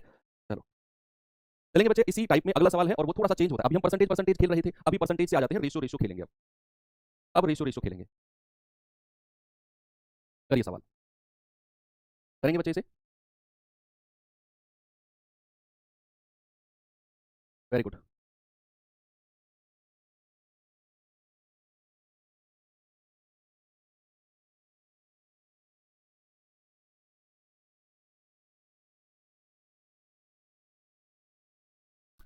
सवाल है कि दूध और पानी के 60 लीटर मिश्रण में, ओके, दूध और पानी का अनुपात दे दिया। पिछले तो हम परसेंटेज परसेंटेज खेल रहे थे, यहां अब हमें बोल दिया कि दूध और पानी का रेशियो 2:3 है। मिश्रण में कितना पानी मिलाया जाए, सर ये तो वही सवाल आ गया, कितना पानी मिलाया जाए मींस हम एलिगेशन पानी पर लगाएंगे, ओके, ताकि दूध और पानी का अनुपात 1:4 हो जाए। ठीक है, थोड़ा सा तरीका चेंज करना है, बाकी तो वही रहेगा। तरीका क्या है, मैं आपसे अभी पूछता हूँ एक चीज, मैं आपसे अभी कॉन्सेप्ट, हल्का सा कॉन्सेप्ट पहले पढ़ लेते हैं, और फिर मतलब कॉन्सेप्ट है एक ऐसी चीज जो नॉर्मली सब जानते हैं, बस मुझे उसको आपको रिवाइज कराना है, कोई नया लंबा चौड़ा कॉन्सेप्ट नहीं लेकर आया हूं आपके लिए। मैं आपसे अगर कहता हूं कि ओके, मैंने आपसे कहा कि 100%, ये तो प्रतिशत में है। अच्छा अगर मुझे इसे भिन्न में चेंज करना है ना, भिन्न यानी कि फ्रैक्शन में अगर चेंज करना है, ये परसेंटेज में हम सीखेंगे, लेकिन यहाँ आप थोड़ा सा पार्ट देख लो। अगर मैं 100% को भिन्न में चेंज करता हूँ तो बच्चे मैं बटे 100 कर देता हूँ, तो ये भिन्न कितना होगा, 100% का जो भिन्न होता है फ्रैक्शन होता है वो 1 होता है। लेट्स सपोज अगर मैं आपसे कहूँ 20% है, इसको भिन्न में चेंज करो फ्रैक्शन में, तो परसेंट का मतलब होता है बटे 100, तो 20 एकम 20, 20 पंजे 100, तो 20% का भिन्न यानी कि फ्रैक्शन होता है 1/5। लेट्स सपोज अगर मैं आपसे कहूँ 30% को भिन्न में चेंज करो, तो आप कहेंगे 30 और बटे 100, 0 से 0 खत्म, 3/10। तो वही चीज है कि परसेंटेज को भिन्न में अगर चेंज करना है, फ्रैक्शन में अगर चेंज करना है, तो भाई बटे 100 करते हैं, तो 100% 100/100 यानी कि 1। एक तो रहा ये कॉन्सेप्ट कि 100% को अगर मैं भिन्न में फ्रैक्शन में कहूंगा तो उसकी वैल्यू होगी 1।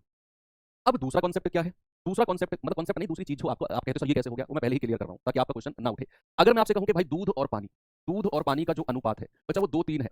अगर मैं आपसे कहूं दूध का हिस्सा कितना है, दूध का हिस्सा, हिस्सा मैं पूछ रहा हूं, हिस्सा, हिस्सा कितना है, तो आप कहेंगे भाई मान लो आप 2 भाई हो या आप 3 भाई हो सपोज, और आपके बीच में बंटवारा होता है जमीन का, और मैं आपसे कहूं आपका हिस्सा कितना है, आप क्या बोलोगे, सर मेरा हिस्सा है 1/3 का। ऐसे ही बोलते हो ना कि मान लो अगर आप 3 भाई हो ए बी सी, और अगर उनके बीच में हिस्सा होता है जमीन का, तो इसके हिस्से में कितना आता है 1/3, इसके हिस्से में 1/3, इसके हिस्से में 1/3। 1/3 कैसे लिखा मैंने, कि मैंने कहा कि ये बंदा कितना है 1 और टोटल कितना है 3, तो 3 से डिवाइड कर दिया, ऐसे 1/3 हिस्सा है। मान लो अगर 2 लोगों के बीच में बंटवारा होना है तो इसका हिस्सा आएगा 1/2 आधा। कितने लोग हैं टोटल 2, तो 2 से डिवाइड कर दिया। तो अगर मैं आपसे कहूं दूध का हिस्सा, बच्चे दूध कितना यूनिट है 2, और टोटल कितना है 3 और 2 5, तो 5 से डिवाइड कर देंगे, ये आ जाएगा दूध का हिस्सा, टोटल से डिवाइड करते हैं। अगर मैं आपसे कहूं पानी का हिस्सा, अक्सर ये बच्चे मुझसे क्वेश्चन हमेशा पूछते हैं, बच्चे मैं आपको कॉन्सेप्ट वही सिखाता हूं जो पिछले बैचेस में काफी क्वेश्चंस बच्चे के उठते आए हैं, मैं हर बैच में वो चीज सुधारता हूं कि नेक्स्ट टाइम ये चीज मैं पहले से ही बच्चों को बताकर चलूंगा। तो ये चीज बहुत सारे बच्चों के क्वेश्चन उठते थे पिछले बैचों में, जो क्वेश्चन उठते हैं मैं अगले बैचेस में उनको कॉन्सेप्ट में ही ऐड कर लेता हूं, धीरे धीरे धीरे धीरे सारे डाउट खत्म हो जाते हैं, है ना। अगर मैं पानी का हिस्सा पूछूं तो पानी कितना है 3 यूनिट, और टोटल कितना है 3 और 2 5, तो पानी का हिस्सा कितना हो गया 3/5।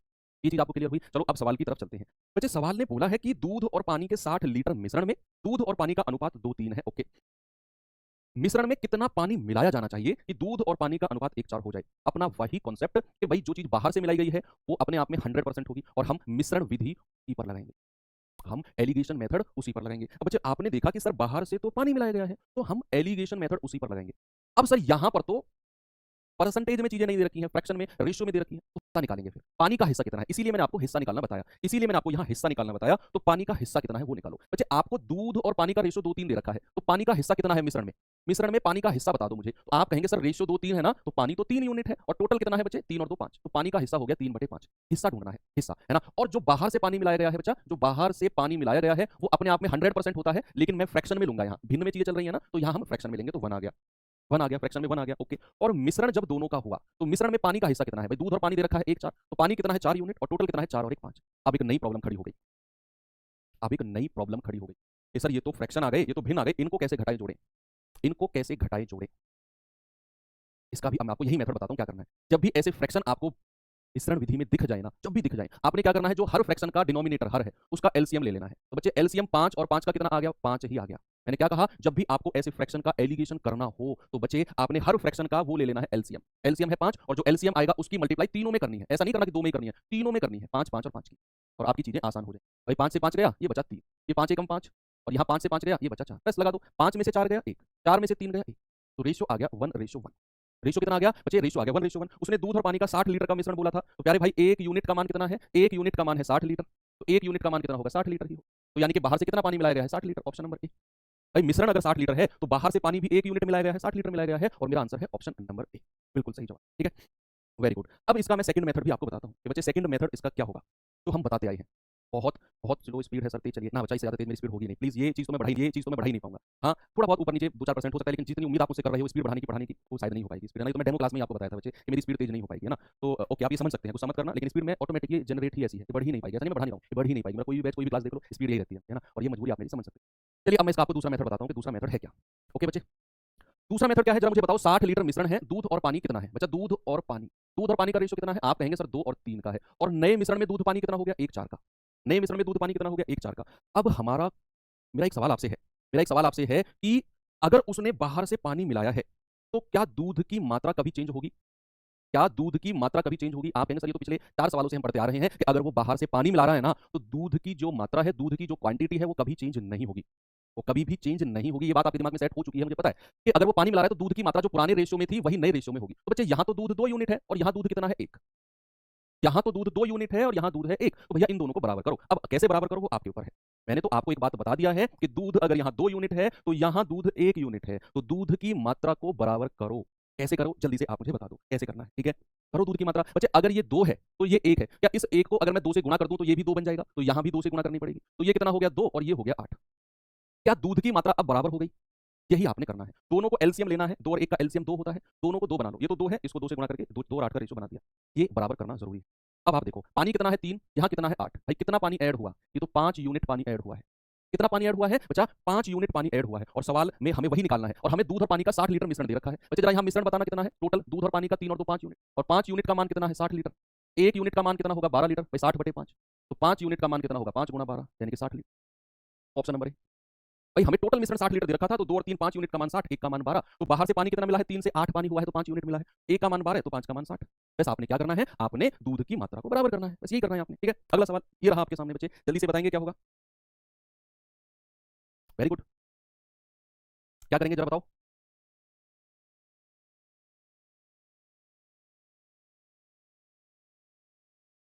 एक मिश्रण में दूध और पानी आयतन के दृष्टिकोण से 8:3 है, यदि इसमें 3 लीटर पानी मिला दिया जाए तो भैया दूध पानी का नया अनुपात 2:1 हो जाएगा।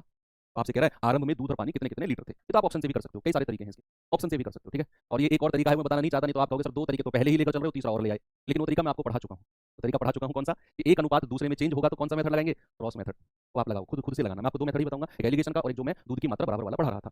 देखो एक मिश्रण में दूध और पानी जो है वो 8:3 के रेशियो में है, उसने 3 लीटर पानी मिलाया, तो ये हमको पता चल गया कि उसने बाहर से पानी मिलाया है, उसने बाहर से पानी मिलाया है, तो हम एलिगेशन किस पर लगाएंगे, पानी पर, पानी पर, है ना। तो अब ये तो मेरा पूरी क्लास निकल गई ये बात कहते कहते, तो अगर अभी ये चीज समझ में नहीं आए तो फिर दिक्कत है। अगर उसने बाहर से पानी मिलाया तो हम एलिगेशन पानी पर लगाएंगे, और अब पानी का हिस्सा ढूंढो। बच्चे दूध और पानी दे रखा है तो पहले वाला दूध दूसरे वाला पानी, तो पानी कितना यूनिट है मिश्रण में 3 यूनिट, हिस्सा कितना है पानी का, हिस्सा कितना है पानी का 3/8 और 3 11, और जो बाहर से पानी मिलाया वो तो अपने आप में 100% होता है, और हम यहाँ फ्रैक्शन में चल रहे हैं तो फ्रैक्शन होता है 1 यूनिट 100% का।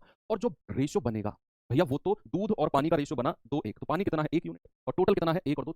अब हमें अगेन ये फ्रैक्शन मिल गया, अगेन ये सॉल्व करना है, अगेन ये सॉल्व करना है। तो बच्चे एलसीएम लेना है किसका 11 और 3 का, है ना भाई, कितना होता है 33। तो 33 की मल्टीप्लाई तीनों में कर दो, यहाँ भी और यहाँ भी, है ना भाई। तो कितना बनेगा जरा बताना, 11 तिया 33 और 3 तिया 9, 33 एकम 33 और 3 से जाएगा 11 बार, तो 11 में से 9 गए 2 और 33 में से 11 गए तो 22। प्यारे भाई रेशियो क्या बन गया 2 एकम 2 और 11 दूनी। अब देखो उसने उसने उसने उसने कुछ गड़बड़ किया है क्या हमने, दूध और पानी का रेशियो दे रखा है 8:3, 3/11, ठीक है, हाँ ठीक है ठीक है ठीक है ठीक है ओके। तो यहाँ से भाई 11:1 आ गया, यानी कि 11 लीटर मिश्रण है और 1 लीटर बाहर से मिलाया हुआ पानी है। उसने 3 लीटर पानी मिलाया है, तो 1 यूनिट का मान 3 लीटर, तो 11 यूनिट का मान कितना है 3 गुणा 11 यानी कि 33 लीटर। तो मिश्रण मिल गया मुझे 33 लीटर, मिश्रण मिल गया मुझे 33 लीटर। अब हमें मिश्रण की मात्रा नहीं पूछी थी, हमसे पूछा था कि मिश्रण में दूध और पानी है कितना। बच्चे मिश्रण में दूध और पानी का रेशियो कितना है 8:3, है ना। तो आप 33 लीटर को 8 और 3 में बांट दो, ये आपका आंसर आ जाएगा। तो आपने मिश्रण निकाला है ना 33 लीटर, 33 लीटर ये ओरिजिनल है। हमसे पूछा है भैया ओरिजिनल में दूध पानी है कितना, या तो आप ऑप्शन जोड़कर देख लो कि 33 लीटर किसका बन रहा है टोटल में। तो 33 लीटर 40 और 15 55 33 लीटर बनना चाहिए, 60 16 और 6 33 लीटर नहीं बन रहा, 32 12 44 33 लीटर नहीं बन रहा, 24 और 9 33 यही बन रहा है। एक ही ऑप्शन है, या तो आप ऐसा कर लो, या तो आप ऐसा कर लो कि मिश्रण अगर 33 लीटर है तो दूध और पानी मिलकर 33 लीटर बनना चाहिए भाई, या तो आप ऐसा कर लो, या फिर आप 33 को बांट लो भाई 8 और 3, 11 यूनिट का मान 33, तो 1 का मान कितना होगा 11 तिया 33, तो 8 का मान कितना होगा 8 तिया 24 और 3 का मान कितना होगा 3 तिया 9, तो 24 और 9 आपका सही जवाब है ऑप्शन नंबर ए। या तो आप ऐसे करो, ठीक है। अब अगर इसका आप दूसरा मेथड सीखना चाहो, या वो तो अब आपको आ ही गया है, एक बार मुझे थम्स अप करके वो बच्चे बताओ जिसने दूसरे मेथड से सवाल कर लिया है, जो जानता है कि अगर उसने पानी मिलाया है तो बच्चे दूध की मात्रा कभी चेंज नहीं होगी, और उसने दूध को इक्वल करके आंसर निकाल दिया फटाक से। वो कौन बच्चा है थम्स अप करके मुझे बता दो, ठीक है। ये तो एलिगेशन मेथड हो गया बच्चे, मैं इसको रफ कर रहा हूँ, ठीक है भाई। अब मैं आपको बता रहा हूँ दूसरा तरीका क्या हो सकता है। दूसरा तरीका क्या है, आपको फेयर कॉपी में नोट नहीं करने हैं क्वेश्चंस। मैं फर्स्ट क्लास से कहता रहा हूँ, आप फेयर कॉपी में नोट्स कर रहे हो तो आप मैथ्स सीख नहीं रहे हो, आप मैथ्स के नोट्स बना रहे हो, आप सीख नहीं रहे हो, पता नहीं कब सीखोगे। तो अभी आपके पास टाइम है, रफ कॉपी लेकर बैठो, सजाकर मत लिखो सवालों को। मैं सवाल देता हूँ सजाकर लिखने लग जाते हो ब्लैक पेन से और ये पेन, इतने सारे बच्चों ने कर लिया, अरे वाह वेरी गुड, मतलब चीजें क्लियर हुई आपको। भाई दूध और पानी का रेशियो कितना दे रखा है प्यारे बच्चे, दूध और पानी का रेशियो दे रखा है 8:3, ठीक है। और नया मिश्रण में दूध पानी कितना है 2:1। अब उसने अगर बाहर से पानी मिलाया तो ये बात तो मुझे क्लियर है कि दूध कभी चेंज नहीं होगा, है ना। दूध कभी चेंज नहीं होगा तो दूध को बराबर करो बच्चे, 2 8 और 2 का एलसीएम 8 होता है, ये तो 8 है, इसको अगर 8 बनाना है तो 4 से गुणा कर दो दोनों तरफ, तो ये हो जाएगा 4 दूनी 8 4 एकम 4। अब दूध की मात्रा आपने बराबर कर ली, अब आपने दूध की मात्रा बराबर कर ली और आप देख रहे हो कि सर पानी तो 3 से 4 हुआ है, 1 यूनिट बढ़ा, और सवाल कह रहा है 3 लीटर पानी मिलाया, तो 1 यूनिट का मान कितना है प्यारे बच्चे 3 लीटर। आपसे कह रहा है कि भाई और आरंभ में दूध और पानी कितना था, अरे हो गया सवाल, आरंभ में दूध कितना था 8 यूनिट, 1 का मान 3 तो 8 का मान कितना 24, 1 का मान 3 तो 3 का मान कितना 9, ये हो गया सवाल। ऑप्शन नंबर ए हो गया ना कि नहीं हो गया, हो गया बिल्कुल, कुछ भी तो नहीं है सवाल में, बस दूध की मात्रा आपने बराबर की और हो गया सवाल। ये आप एलिको से भी कर सकते हो क्रॉस मेथड से, ये अनुपात इसमें चेंज हुआ, क्रॉस मेथड लगाओ, मैं बना कर दे देता हूँ, आप खुद कर लेना। ये दूध है, ये पानी है, उसने बाहर से 3 लीटर पानी ऐड किया है, दूध नहीं ऐड किया तो दूध को जीरो ले लो, दूध को जीरो ले लो, क्रॉस मेथड लगाकर 1 यूनिट का मान 8 का मान और 3 का मान निकाल लेना, वहां से भी हो जाएगा। ये सवाल करो जल्दी से सभी लोग, चलो ये सवाल मैं आपको होमवर्क दे देता हूँ, ठीक है बच्चे, एच का ओके, ठीक है।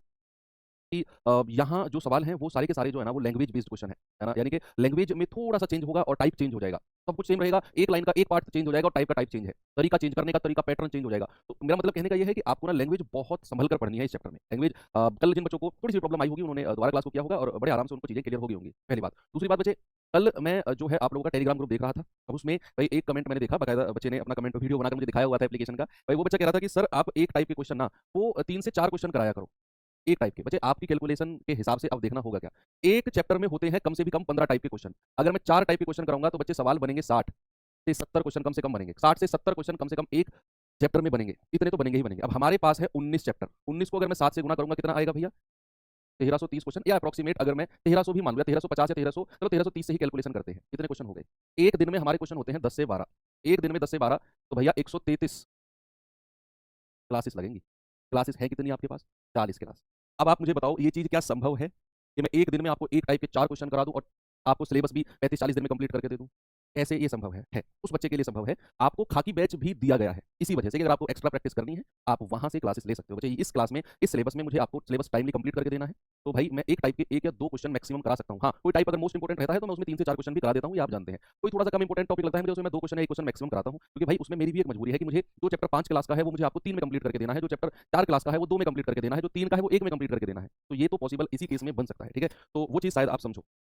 कल एक होमवर्क क्वेश्चन दिया था, जल्दी से इसका आंसर बताओ क्या होगा, जल्दी से बताएंगे बच्चे इसका आंसर क्या होगा। एक मिश्रण में दूध और पानी का अनुपात 4:3 है, यदि हम मिश्रण में 2 लीटर पानी मिलाते हैं, यदि हम मिश्रण में 2 लीटर पानी मिलाते हैं तो दूध और पानी का अनुपात 8:7 हो जाएगा। तो अंतिम मिश्रण की मात्रा क्या होगी, अंतिम मिश्रण की मात्रा आपसे पूछा है, ठीक है। या प्रारंभिक नहीं कह रहा वो, बच्चा यहाँ गौर करना, वो प्रारंभिक नहीं कह रहा, वो अंतिम मिश्रण की बात कह रहा है, ठीक है। तो आपको करना क्या है भाई, सबसे पहले तो ये देखो उसने बाहर से मिलाया क्या है भाई, उसने मिलाया है पानी।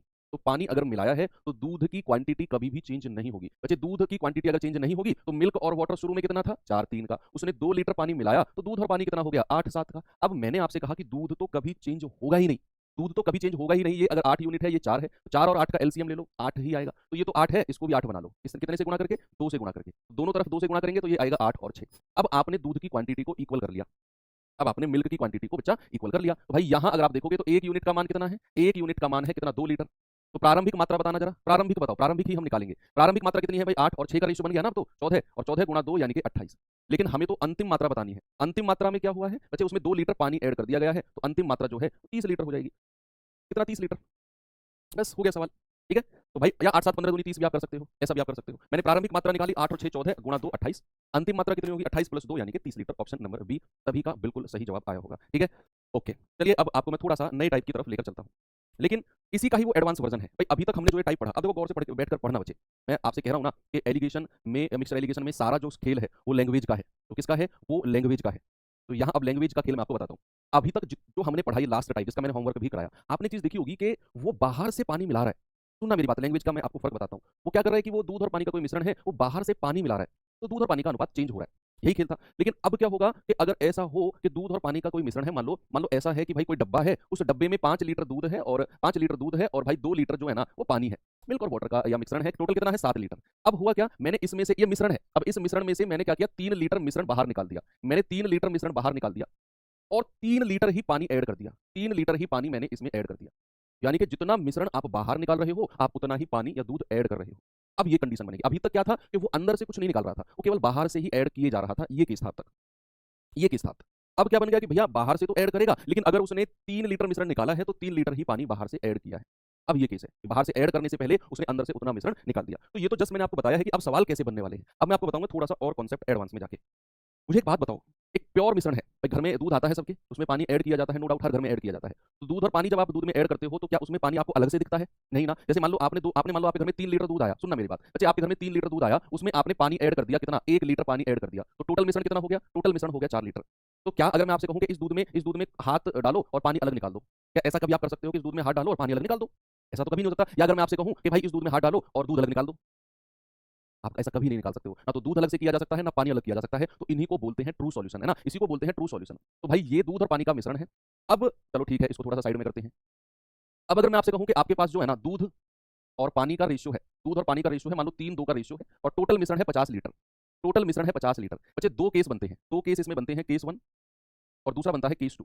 ये बड़े गौर से सुनना, केस 1 और केस 2। मैंने आपसे कहा कि 50 लीटर है आपके पास और इसमें दूध और पानी का रेशियो 3-2 है। केस 1 क्या बनता है कि आपने 10 लीटर मिश्रण बाहर निकाला, 10 लीटर मिश्रण, 10 लीटर मिश्रण बाहर निकाला, बाहर निकाला। तो जो बाहर निकाला है, जो मिश्रण बाहर निकाला है बच्चे, उसमें दूध और पानी का रेशियो क्या होगा, दूध और पानी का। और जो शेष मिश्रण बचा, जो शेष बचा भाई, शेष कितना बचा है, 50 में से 10 आपने बाहर निकाल दिया, तो शेष 40 लीटर मिश्रण में, शेष 40 लीटर मिश्रण में दूध और पानी का, मिल्क और वाटर, एम मतलब मिल्क, डब्ल्यू मतलब वाटर, मिल्क और वाटर का क्या रेशियो होगा। ये दो केस हैं और इन्हीं से ही पूरा का पूरा कॉन्सेप्ट क्लियर है। एक बार फिर से रिपीट करता हूं कि मेरे पास 50 लीटर का कोई मिश्रण है, इसमें दूध और पानी का रेशियो 3-2 है, इसमें दूध और पानी का रेशियो 3-2 है। मैं आपसे कह रहा हूं कि 10 लीटर मिश्रण बाहर निकाला गया है, इसमें से ऐसे 10 लीटर का डब्बा डाला और बाहर निकाल दिया मिश्रण, तो जो बाहर निकला उसमें दूध और पानी का रेशियो क्या होगा, एक सवाल। दूसरा है, इसको बाहर निकलने के बाद जो शेष, जो रिमेनिंग 40 लीटर मिश्रण बचा, उसमें दूध और पानी का रेशियो क्या होगा। ये सवाल आपके पास है, सोच समझकर बताना इसका जवाब क्या हो सकता है। देखो, यही तो खासियत है कि जब आप मिश्रण, इस दूध और पानी के मिश्रण में से कुछ बाहर निकालते हो, तो जो बाहर निकलेगा ना वो भी 3-2 के रेशियो में ही निकलेगा, ओरिजिनल रेशियो में। जो ओरिजिनल रेशियो, जो ओरिजिनल अनुपात होगा ना 3-2 का, बच्चे बाहर निकलने वाला मिश्रण भी उसी रेशियो में निकलेगा जो रेशियो मेरा ओरिजिनल मिश्रण का होगा। तो 10 लीटर जो निकलेगा ना वो 3-2 के अनुपात में ही निकलेगा, और जो शेष मिश्रण बचेगा वो भी ओरिजिनल रेशियो में ही बचेगा 3-2। ये ओरिजिनल अनुपात कभी चेंज होता ही नहीं है। एक मिश्रण में से मैंने कुछ बाहर निकाला तो दूध पानी का रेशियो 3-2 ओरिजिनल जितना ही निकला। एक मिश्रण में जो शेष बच गया, ये मोस्ट इंपोर्टेंट है, ये वाला केस टू मोस्ट इंपोर्टेंट है कि अगर कुछ निकलने के बाद जो शेष मिश्रण बचता है ना उसमें भी दूध और पानी का वही रेशियो होगा जो ओरिजिनल में था, दैट इज 3:2। तो ये चीज आप दिमाग में सेट करना। अब मैं सवाल की तरफ आपको लेकर चलता हूँ। ये अभी कॉन्सेप्ट अभी यूज आएगा जब हम रेशियो वाले क्वेश्चन करेंगे इस टाइप के। अभी तो परसेंटेज वाले कर रहे हैं, तो परसेंटेज वाले में ये कॉन्सेप्ट नहीं, इसमें तो हम सीधा एलिगेशन से ही सवालों को करेंगे। एक बार सवाल देखना, आपको लगेगा कि सर ये तो कल वाला सवाल लग रहा है, ये तो कल जैसा सवाल लग रहा है ना। ये कह रहा है कि एक पात्र में स्प्रिट और पानी का मिश्रण है जिसमें 24% स्प्रिट है। जब 20 लीटर मिश्रण को निकालकर पानी उतनी ही मात्रा में डाला जाता है तो स्प्रिट 21% हो जाता है। पात्र की कुल मिश्रण कितना था। अब आप ये सवाल देखो, आपको लगेगा कि सर ये सवाल तो कल जैसा ही है। बच्चे इसमें थोड़ा सा डिफरेंस है। कल वाला सवाल क्या था कि वो केवल बाहर से पानी को ऐड कर रहा था, अंदर से कुछ नहीं निकाल रहा था, केवल और केवल बाहर से ही ऐड कर रहा था। लेकिन यहां जज्बात बदले हैं भाई। यहां जज्बात कैसे बदले हैं, यहां जज्बात बदले हैं, यहां जज्बात बदले हैं। उसने 20 लीटर मिश्रण निकालकर पानी की उतनी ही मात्रा डाली है। उसने 20 लीटर मिश्रण को पहले निकाला है, 20 लीटर मिश्रण को निकाला है और फिर पानी की उतनी ही मात्रा डाली है। ये पॉइंट है। तो ये चीज, ये जो केस होते हैं ना बच्चे, इनको बोलते हैं रिप्लेसमेंट वाले सवाल। क्या बोलते हैं इनको, रिप्लेसमेंट वाले सवाल। रिप्लेसमेंट, रिप्लेसमेंट, रिप्लेसमेंट वाले सवाल। कभी भी इनको आपको नाम देना हो रिप्लेसमेंट या प्रतिस्थापन, प्रतिस्थापन वाले सवाल। प्रतिस्थापन वाले सवाल कि एक चीज को बाहर निकाला जाता है, दूसरे को अंदर लाया जाता है। दिस इज कॉल्ड रिप्लेसमेंट वाले सवाल, प्रतिस्थापन वाले सवाल। अब ये करना कैसे है बच्चे, जरा देखेंगे। अपना वही तरीका, अपना वही तरीका कि अगर परसेंटेज में रहेगा तो, अगर परसेंटेज में रहेगा तो अपना वही तरीका लगाना है। रेशियो में भी वही लगाना है, मैं बताऊंगा। हमें देखना है कि उसने बाहर से क्या मिलाया। उसने बाहर से क्या मिलाया, तो आप कहेंगे कि सर उसने तो बाहर से पानी मिलाया है। तो अगेन कल वाला ही कॉन्सेप्ट, अगर बाहर से पानी मिलाया तो हम एलिगेशन मेथड किस पर लगाएंगे, पानी पर। और बच्चे आप मुझे एक बात बताओ, अगर मिश्रण में 24% स्पिरिट है, अगर मिश्रण में 24% स्पिरिट है तो पानी कितना होगा। 100 में से 24 घटा दो, आप कहेंगे 76। 76 कहां से आया, 100 में से 24 घटा दिया तो 76 आ गया। ठीक है, तो 76% मिश्रण में पानी है, 76%। और बाहर से जो पानी मिला है वो अपने आप में कितना होता है भाई, जो बाहर से पानी ऐड होता है, क्या वो अपने आप में 100% होता है। क्या वो अपने आप में 100% होता है जो पानी बाहर से ऐड होता है। बिल्कुल सही बात है सर। और जो मिश्रण बना उसमें स्पिरिट कितनी है, 21%। तो पानी कितना होगा, 100 में से घटा दो सर, 79% पानी हो जाएगा। कितना, 100 में से घटा दो, 79% पानी हो जाएगा। बस रेशियो बनाओ, 100 में से 79 गया 21 और 79 में से 76 गया 3। तो 3 एकम 3, 3 सत्ते 21। अब बस यहां तक तो हमने कल वाले सवाल की तरह किया। अब थोड़ा सा चेंज यहां पे आएगा, गौर करना। कल कल वाला सवाल तो यहीं तक था। मैंने कहा कि अगर रिप्लेसमेंट वाला सवाल है प्रतिस्थापन, तो टोटल मिश्रण की मात्रा बस थोड़ा सा यहीं पर चेंज होगा, थोड़ा सा कल वाले सवाल से। टोटल मिश्रण जो होगा वो दोनों को जोड़कर आएगा, 7 और 1 8 टोटल मिश्रण। कल वाले सवालों में हम टोटल मिश्रण को ये वाला ले रहे थे, इधर वाला, ये वाली चीज बाहर से मिलाई हुई थी। कल वाले सवालों में याद आया, यहां जो टोटल की बात करेंगे वो दोनों को ऐड करके लेंगे। क्यों, क्योंकि बच्चे कुछ बाहर निकाला गया है और कुछ अंदर डाला गया है। तो टोटल जो अंदर बाहर से पानी मिलाया है, इससे पहले अंदर से भी तो बाहर निकाला गया होगा कुछ पार्ट, 20 लीटर निकाला गया होगा। तो वो 20 लीटर 1 यूनिट के बराबर होगा। तो टोटल मिश्रण 7 और 1 8 यूनिट होगा, और बाहर से मिलाई हुई मात्रा तो 1 यूनिट है। बस इतना ध्यान रखना है प्रतिस्थापन वाले सवालों में कि टोटल मिश्रण जो लास्ट में लेना है वो दोनों को जोड़कर लेना है, इतना ध्यान रख लो। फिर प्रतिस्थापन यानी कि अंदर से कुछ निकाला बाहर से डाला, वो वाले सवालों में टोटल मिश्रण 7 और 8 8 यूनिट दोनों को ऐड करके होगा। अब उसने 20 लीटर मिश्रण निकाला है और उतना ही पानी डाला, मतलब 1 यूनिट का मान 20 लीटर। आपसे टोटल मिश्रण पूछ रहा है बच्चा, मैंने कहा टोटल होता है दोनों को जोड़कर। तो 8 यूनिट का मान कितना होगा, 8 गुणा 20 यानी कि 160। 140 आंसर नहीं होगा, 160 होगा। तो कुल मिश्रण कितना होगा, 160। बस इतना ध्यान आपने रखना है कि जब भी रिप्लेसमेंट वाला सवाल आएगा तो टोटल मात्रा जो निकलेगी वो दोनों को ऐड करके निकलेगी, 7 और 1 8 रिप्लेसमेंट। ठीक है, एक सवाल और देता हूं आपको, जरा ये सवाल करिए, बताएंगे जल्दी से इसका आंसर क्या होगा बच्चा मुझे। सवाल है, एक शराब की बोतल में 32% स्पिरिट है, उसमें से कुछ शराब बाहर निकाल ली जाती है और उसके स्थान पर दूसरे प्रकार की शराब मिला दी जाती है जिसमें 18% स्पिरिट है। तो बोतल में स्पिरिट की मात्रा 28% होगी। ये ज्ञात करो शराब का कितना भाग बाहर निकाला गया। चलिए देखते हैं कौन करेगा इसको, कौन करेगा बच्चे। एक व्यक्ति को मैं जानता था, के बारे में नहीं बताऊंगा, जानता था मैं उसको कि उसको क्या करता था, थोड़ा सा ड्रिंक का शौकीन था। उसके पिताजी भी थे, तो वो क्या करता था, वो अपने घर में थोड़ी सी शराब निकाली बोतल में से, पापा की में से, और पी गया। और उसकी जगह उसमें वो पानी डाल देता था, उतना ही, जितना वो शराब निकालता था उतना ही पानी डाल देता था। ऐसे उसका काम चलता था। तो ये उसी प्रकार का क्वेश्चन है।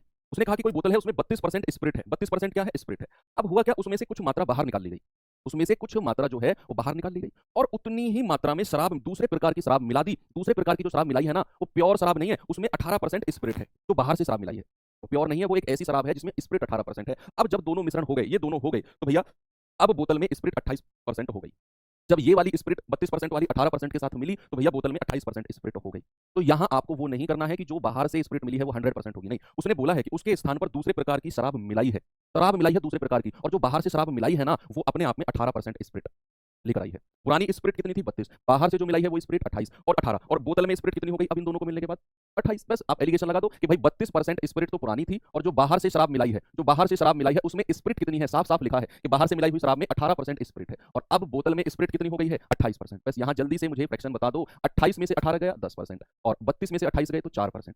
2 दूनी 4, 2 पंजे 10। बच्चे बाहर से कितनी स्पिरिट मिलाई है, 2 यूनिट। टोटल कितना होगा, मैंने आपसे बोला ना कि रिप्लेसमेंट यानी कि प्रतिस्थापन वाले सवालों में, रिप्लेसमेंट वाले सवालों में, है ना, उसने बोला ना कि कुछ शराब बाहर निकाल ली और उसके स्थान पर बाहर से शराब मिला दी। ये रिप्लेसमेंट वाले क्वेश्चन होते हैं, कुछ निकाला और बाहर से कुछ डाल दिया। ऐसे सवालों में जो टोटल मिश्रण होता है वो दोनों को ऐड करके आता है। टोटल कितना है, 5 और 2 7। अब कह रहा है कि कितना भाग, कितना हिस्सा, कल हिस्से के बारे में समझाया था ना मैंने आपको, अगर मुझे हिस्सा निकालना हो तो कितना भाग निकला है भैया, 2 यूनिट, और टोटल कितना है 7। तो कितना हिस्सा बाहर निकला है, कितना हिस्सा बाहर निकाला गया, ऑप्शन नंबर सी 2/7, 2/7। ठीक है, चलिए अगला सवाल ये रहा। चलो अब इस टाइप के सवाल थोड़े से हम रेशियो में ले लेते हैं, रेशियो में ले लेते हैं। इसको भी मैं आपको दोनों तरीके से बताऊंगा, एलिगेशन मेथड से भी और इसको रेशियो मेथड से भी। जो कल हमने दो दो ऐसे ही क्वेश्चन दो टाइप से किया था ना, क्वांटिटी इक्वल करके, यहाँ भी मैं आपको दोनों तरीके से बताऊंगा, डोंट वरी। पहले पढ़ेंगे हम इसे एलिगेशन मेथड से, फिर पढ़ेंगे हम इसे जो सेकंड मेथड है। देखेंगे बच्चे, एक मिश्रण में पानी और दूध, ये ध्यान रखना, अक्सर वो आपको परेशान करेगा, कभी कभी दूध पानी का रेशियो दे देगा, कभी कभी पानी दूध का। उसने कहा पानी और दूध का रेशियो 7:5 है। उस मिश्रण से 24 लीटर बाहर निकाला। फील करो चीजों को, अपने दिमाग में एक पिक्चर बनाओ कि उस मिश्रण में से 24 लीटर बाहर निकाला गया होगा और पानी डाल दिया गया होगा। अपने दिमाग में ना एक पिक्चर बनाओ, एक मूवी बनाओ कि उस मिश्रण में से 24 लीटर बाहर निकाल रहा है, अलग रख दिया, और 24 लीटर पानी मिला दिया। ऐसे सोचो। तो अब दूध और पानी का रेशियो 1:3 हो गया। अब एक चीज आप नोटिस कर रहे हो कि भाई साहब ऊपर तो उसने पानी और दूध का रेशियो दे रखा था 7:5, पानी और दूध का, और नीचे रेशियो किसका दे दिया, दूध और पानी का। यानी कि आपको फंसाना चाह रहा है, आप ऊपर या नीचे एक ही रेशियो समझो, वो आपको फंसाना चाह रहा है। वो कह रहा है कि अब दूध और पानी का रेशियो कितना हो गया, 1:3। तो प्रारंभ में, शुरुआत में मिश्रण की कितनी मात्रा रही होगी। सब कुछ सेम सेम लग रहा है, हाँ लगेगा, वो लगेगा बच्चे, मैं कह रहा हूं ना कि थोड़ा सा चेंज होता है बस मिश्रण वाले सवाल में, थोड़ा सा लैंग्वेज में। बताओ भाई, सबसे पहले क्या करना है, या तो पानी का हिस्सा निकाल लो। पहला मेथड क्या है, एलिगेशन। और उसमें हम क्या देखते हैं कि उसने बाहर से क्या चीज मिलाई है। मैं कल से यही चीज चला चला कर कह रहा हूं, अब भी अगर आपको क्लियर नहीं हुआ है तो शायद फिर बड़ी प्रॉब्लम होगी, है ना। मैं कम से कम 30 क्वेश्चन ऐसे करा चुका हूं जिनमें बाहर से चीज, बाहर से चीज, बाहर से 30 नहीं तो 20 तो कर ही चुके हैं। कि भाई मैंने आपसे कहा कि उसने बाहर से जो चीज मिलाई है वो ढूंढो सबसे पहले। उसने बाहर से पानी मिलाया, यस, तो हम एलिगेशन किस पर लगाएंगे, पानी पर। और हम जानते हैं पानी और दूध का रेशियो कितना है, 7 और 5। पानी का हिस्सा कितना है, कल कराया था ना, हिस्सा निकालते हैं बच्चे। पानी कितना यूनिट है, 7। पानी कितना यूनिट है मिश्रण में, भाई मिश्रण में पानी कितना यूनिट है, आप कहेंगे 7 यूनिट, और हिस्सा कितना है, तो दोनों को जोड़ देंगे, 7 और 5 12। तो 7/12 पानी है। तो बाहर से जो पानी मिलाया गया है बच्चा, बाहर से जो पानी मिलाया गया वो कितना होता है, वो 100% होता है, और उसका फ्रैक्शन कितना होगा, 1 होगा। और मिश्रण में रेशियो अपोजिट दिया गया है, दूध और पानी दिया गया है। पानी दूसरे नंबर पे है, ये पानी है। मिश्रण में 3 यूनिट पानी और टोटल कितना है, 3/4। ये रेशियो बना लो, हो गया सवाल आपका भाई, कुछ भी तो नहीं है सवाल में। तो क्या करना है, ऐसे केस में 12 और 4 का एलसीएम लेना है। प्यारे भाई क्या करना है, 12 और 4 का एलसीएम कितना होता है, 12। 12 की मल्टीप्लाई तीनों में कर दो, यहां भी और यहां भी। 12 से 12 गया 7 आ गया, 12 एकम 12 और 4 तिया 12 और 3 तिया 9। बस लगा दो एलिगेशन, 12 में से 9 गए 3 और 9 में से 7 गए 2। ये रेशियो आ गया 3-2 का। और चूंकि ये रिप्लेसमेंट वाला क्वेश्चन है तो टोटल कितना हो जाएगा, 3 और 2 5। टोटल कितना होगा, 3 और 2 5, बस इतना ध्यान रखना है ना, क्योंकि उसने 24 लीटर मिश्रण निकाला है और पानी डाला है। तो प्रतिस्थापन रिप्लेसमेंट वाला क्वेश्चन है, इसमें टोटल जो होगा 3 और 2 5 होगा। अब आपसे क्या कह रहा है कि आरंभ में मिश्रण में क्या मात्रा थी। तो बच्चे 2 यूनिट का मान कितना है, 24 लीटर निकालकर 24 लीटर पानी डाला है, तो बाहर से पानी कितना डाला, 24 लीटर। 1 यूनिट का मान 12 लीटर, तो बच्चे 5 यूनिट का मान कितना होगा, 5 गुणा 12 यानी कि 60 लीटर। हो गया सवाल, ऑप्शन नंबर सी। हो गया सवाल, ऑप्शन नंबर सी, बिल्कुल सही बात है। 48 नहीं होगा, 60 ही होगा, क्योंकि टोटल 3 और 2 5 होता है इसमें। हमें 5 का मान निकालना है, आरंभ में भी 5 ही रहा होगा, क्योंकि उसने बाहर से चीज ऐड नहीं की है। जितना निकाला उतना पानी डाला, क्वांटिटी इक्वल रहेगी। ऐसा नहीं है कि 20 लीटर था वो 22 हो गया, 24 हो गया। 20 लीटर था, मान लो 5 निकाला, बाहर 15 रह गया, फिर 5 पानी डाल दिया, फिर 20 हो गया। तो मिश्रण टोटल 20 ही रहेगा, यानी कि मिश्रण तो टोटल शुरुआत में भी और लास्ट में भी 5 यूनिट ही रहेगा, ये बढ़ेगा नहीं। अब ये तो हो गया बच्चे इसका एलिगेशन मेथड। अब मैं आपको बताता हूं इसका दूसरा मेथड क्या होगा, रेशियो मेथड क्या होगा, ठीक है, ओके। इसका रेशियो मेथड क्या होगा। एक बच्चा कह रहा है 3 और 2 कहां से आई, कल की क्लास नहीं की थी ना, यही रीजन है कि आपको नहीं पता 3 और 2 कहां से आई। 12 में से 9 गया 3, 9 में से 7 गए 2। कल की क्लास जाकर करो, ऐसी लापरवाही करोगे तो मैं कह रहा हूं बहुत लेट हो जाओगे, अगली बार के लिए ओवर एज हो जाओगे। सच बता रहा हूँ, ये हर साल की वैकेंसी नहीं है यूपी की कि आपको अगली बार मौका मिल जाएगा। अगली वैकेंसी पता है कब आएगी, मैं आज ही आपको बता रहा हूँ, अगली वैकेंसी आएगी, हो सकता है जल्दी भी आ जाए, क्योंकि अब यूपी के इलेक्शन भी 2 साल बाद है, 1 साल, हाँ। तो लेकिन 2 साल तो कम से कम है, 2 से 3 साल कम से कम है। अगर 3 साल आपके पास है अंडर एज के लिए तो आप लापरवाही कर सकते हो इस बार, पर नहीं करनी चाहिए, क्योंकि वैकेंसी बहुत है। इतनी वैकेंसी तो नहीं आने वाली है, 60,000 वैकेंसी बहुत होती है बच्चे। एक दिन की भी लापरवाही अगर आप कर रहे हो ना, तो आप धोखा कर रहे हो अपने खुद के साथ। अब इसका मैं दूसरा मेथड बताता हूँ बच्चे, एक बात सुनना, बहुत अच्छा मेथड है ये मजा आएगा इसमें आपको, कि भाई यहाँ दूध और पानी का ओरिजिनल मिश्रण कितना है, 7:5 का। देखते रहो, कमेंट मत करो, मैं अभी कुछ क्वेश्चन आपको समझा रहा हूँ, कमेंट नहीं पढ़ पाऊंगा। सामने देखो कि मिश्रण में पानी और दूध का रेशियो कितना है, पानी और दूध का 7:5। तो दूध का कितना यूनिट, 5, तो दूध को मैंने पहले रखा है 5, और पानी कितना होगा 7, अपोजिट कर दो। मैं पहले दूध को रख रहा हूँ फिर पानी को, तो दूध और पानी कितना हो गया, 5 7। अब उसने क्या बोला है, अभी जो मैंने थोड़ी देर पहले आपको कॉन्सेप्ट समझाया, मेरी बात सुनना। उसने 24 लीटर मिश्रण बाहर निकाला। बच्चे अभी मैंने थोड़ी देर पहले आपको एक कॉन्सेप्ट समझाया कि जब कोई मिश्रण बाहर निकाला जाता है, बच्चे इसमें से उसने 24 लीटर मिश्रण बाहर निकाल दिया, तो जो शेष मिश्रण बचा उसमें दूध और पानी का मिश्रण कितना होगा, क्या 5 7 ही होगा, कोई दिक्कत है किसी को। मैं आपसे कह रहा हूं कि ओरिजिनल मिश्रण में दूध और पानी कितना था, 5 7। उसने 24 लीटर मिश्रण बाहर निकाल दिया, तो जो शेष मिश्रण बचा उसमें दूध और पानी 5 7 ही होगा। ये कॉन्सेप्ट अभी थोड़ी देर पहले समझाया, जो बच्चे लेट जुड़े हैं वो देख लेना पीछे जाके, यही मैंने कॉन्सेप्ट समझाया था कि दूध पानी 5 7 में है, 24 लीटर अगर मिश्रण निकाला तो जो शेष बचेगा उसमें दूध और पानी जो होगा वो 5 7 ही होगा, ओके। अब उसने क्या किया कि उसने बाहर से पानी मिला दिया, और नया मिश्रण कितना हो गया, नया मिश्रण हो गया 1 3। बच्चे उसने बाहर से क्या मिलाया है, उसने बाहर से पानी मिलाया है, तो क्या दूध की मात्रा कभी चेंज होगी, बताओ, क्या दूध की मात्रा कभी चेंज होगी। भाई मैं स्टेप वाइज स्टेप चल रहा हूँ कि ओरिजिनल मिश्रण 7:5 का था दूध पानी का, 24 लीटर निकालकर जितना भी बचा होगा, हमें नहीं पता कितना मिश्रण बचा है, जितना भी बचा होगा उसमें दूध पानी 7:5 रहा होगा। जितना भी मिश्रण बचा होगा उसमें दूध पानी ओरिजिनल जितना ही बचा होगा। अब उसने बाहर से पानी मिला दिया और नया मिश्रण दूध और पानी का कितना बन गया, 1 3। मैं आपसे कह रहा हूं कि अगर उसने बाहर से पानी ऐड किया तो क्या दूध की मात्रा कभी चेंज होगी। आप कहेंगे सर बिल्कुल नहीं होगी, अगर यहाँ 5 यूनिट दूध है ना तो ये भी 5 यूनिट होना चाहिए, इसको भी 5 से गुणा कर दो। तो ये आ जाएगा 5 और 15, यानी कि ये वाला रेशियो। अब आपने दूध की क्वांटिटी को बराबर कर दिया और ये बहुत जरूरी था। अभी पीछे यही तो करके आए हम। तो भाई पानी कितना ऐड किया है 7 से 15 जाने के लिए 8 यूनिट। भाई 7 से 15 आप गए हो 8 यूनिट ही तो ऐड किया, और सवाल कह रहा है 24 लीटर निकालकर 24 लीटर पानी डाला है। एक का मान कितना है 8 या 24 3 लीटर। एक का मान कितना है बच्चा 3 लीटर। अब एक का मान अगर 3 है तो 7 और 5 टोटल कितना है 12, तो 12 यूनिट का मान कितना है 12 गुणा 3 है ना। एक का मान 3 तो 12 गुणा 3 यानी कि 36 लीटर। अब मेरी बात सुनना, ये 36 लीटर तो वो मिश्रण है जो शेष बचा है। शेष मिश्रण कितना है 36 लीटर। तो अगर मुझे ओरिजिनल निकालना है, अगर मुझे ओरिजिनल मिश्रण निकालना है तो मैं 36 में कितना ऐड करूंगा बच्चे, जितना मैंने निकाला था। मुझे वापस ऊपर जाना है तो 36 में जितना मैंने निकाला था उतना ऐड कर दूंगा, तो 36 और 24 60 लीटर आ जाएगा। 36 और 24 60 लीटर आ जाएगा। ये 36 लीटर 12 या 36 तो वो है जो शेष बचा है, रिमेनिंग बचा है। मुझे ओरिजिनल निकालना है तो 36 में 24 ऐड कर दूंगा 60 आ जाएगा। जो तरीका आपको समझ में आया है आप वो तरीका यूज कर लेना, ठीक है भाई। चलो मैं लेकर चलता हूं आपको अगले सवाल की तरफ। चलेंगे बच्चे, इस सवाल को देखेंगे जरा, जल्दी से बताओ इसका आंसर क्या होगा। जल्दी से बताएंगे भाई इसका आंसर क्या होगा।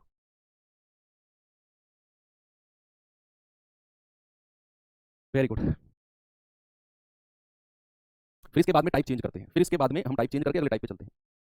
देखिए अब सवाल क्या है, ए में दो तरल ए और बी का मिश्रण 5:3 के अनुपात में है। जब 4 लीटर मिश्रण निकाला जाता है और तरल बी से प्रतिस्थापित, 4 लीटर मिश्रण निकाला और तरल बी से डाल दिया, तरल बी से भर दिया, रिप्लेसमेंट वाला प्रतिस्थापित वाला क्वेश्चन हो गया। तो ए और बी का रेशियो हो गया 5:7। तो प्रारंभ में बर्तन में कितने लीटर ए था। ए पहले तो हमें टोटल मात्रा निकालनी है, प्रारंभ में टोटल कितना था, और फिर उसमें ए और बी का रेशियो 5:3 है, तो हम उसको बांट लेंगे उस हिसाब से। चलो देखते हैं जरा क्या है सवाल में। भाई एलिगेशन से करें, एलिगेशन से अगर हम करते हैं तो हम देखते हैं कि उसने 4 लीटर मिश्रण निकाला और तरल बी को डाला है, तरल बी से भर दिया है। अब तरल बी जो होगा अपने आप में 100% होगा। भाई तरल बी यानी कि लिक्विड भी कुछ भी हो सकता है, लेकिन जो भी होगा अपने आप में 100% होगा, प्योर होगा। बस वही केस है। तो हम जो एलिगेशन लगाएंगे किस पर लगाएंगे, जो चीज उसने बाहर से मिलाई है। बाहर से क्या मिलाई है, तरल बी।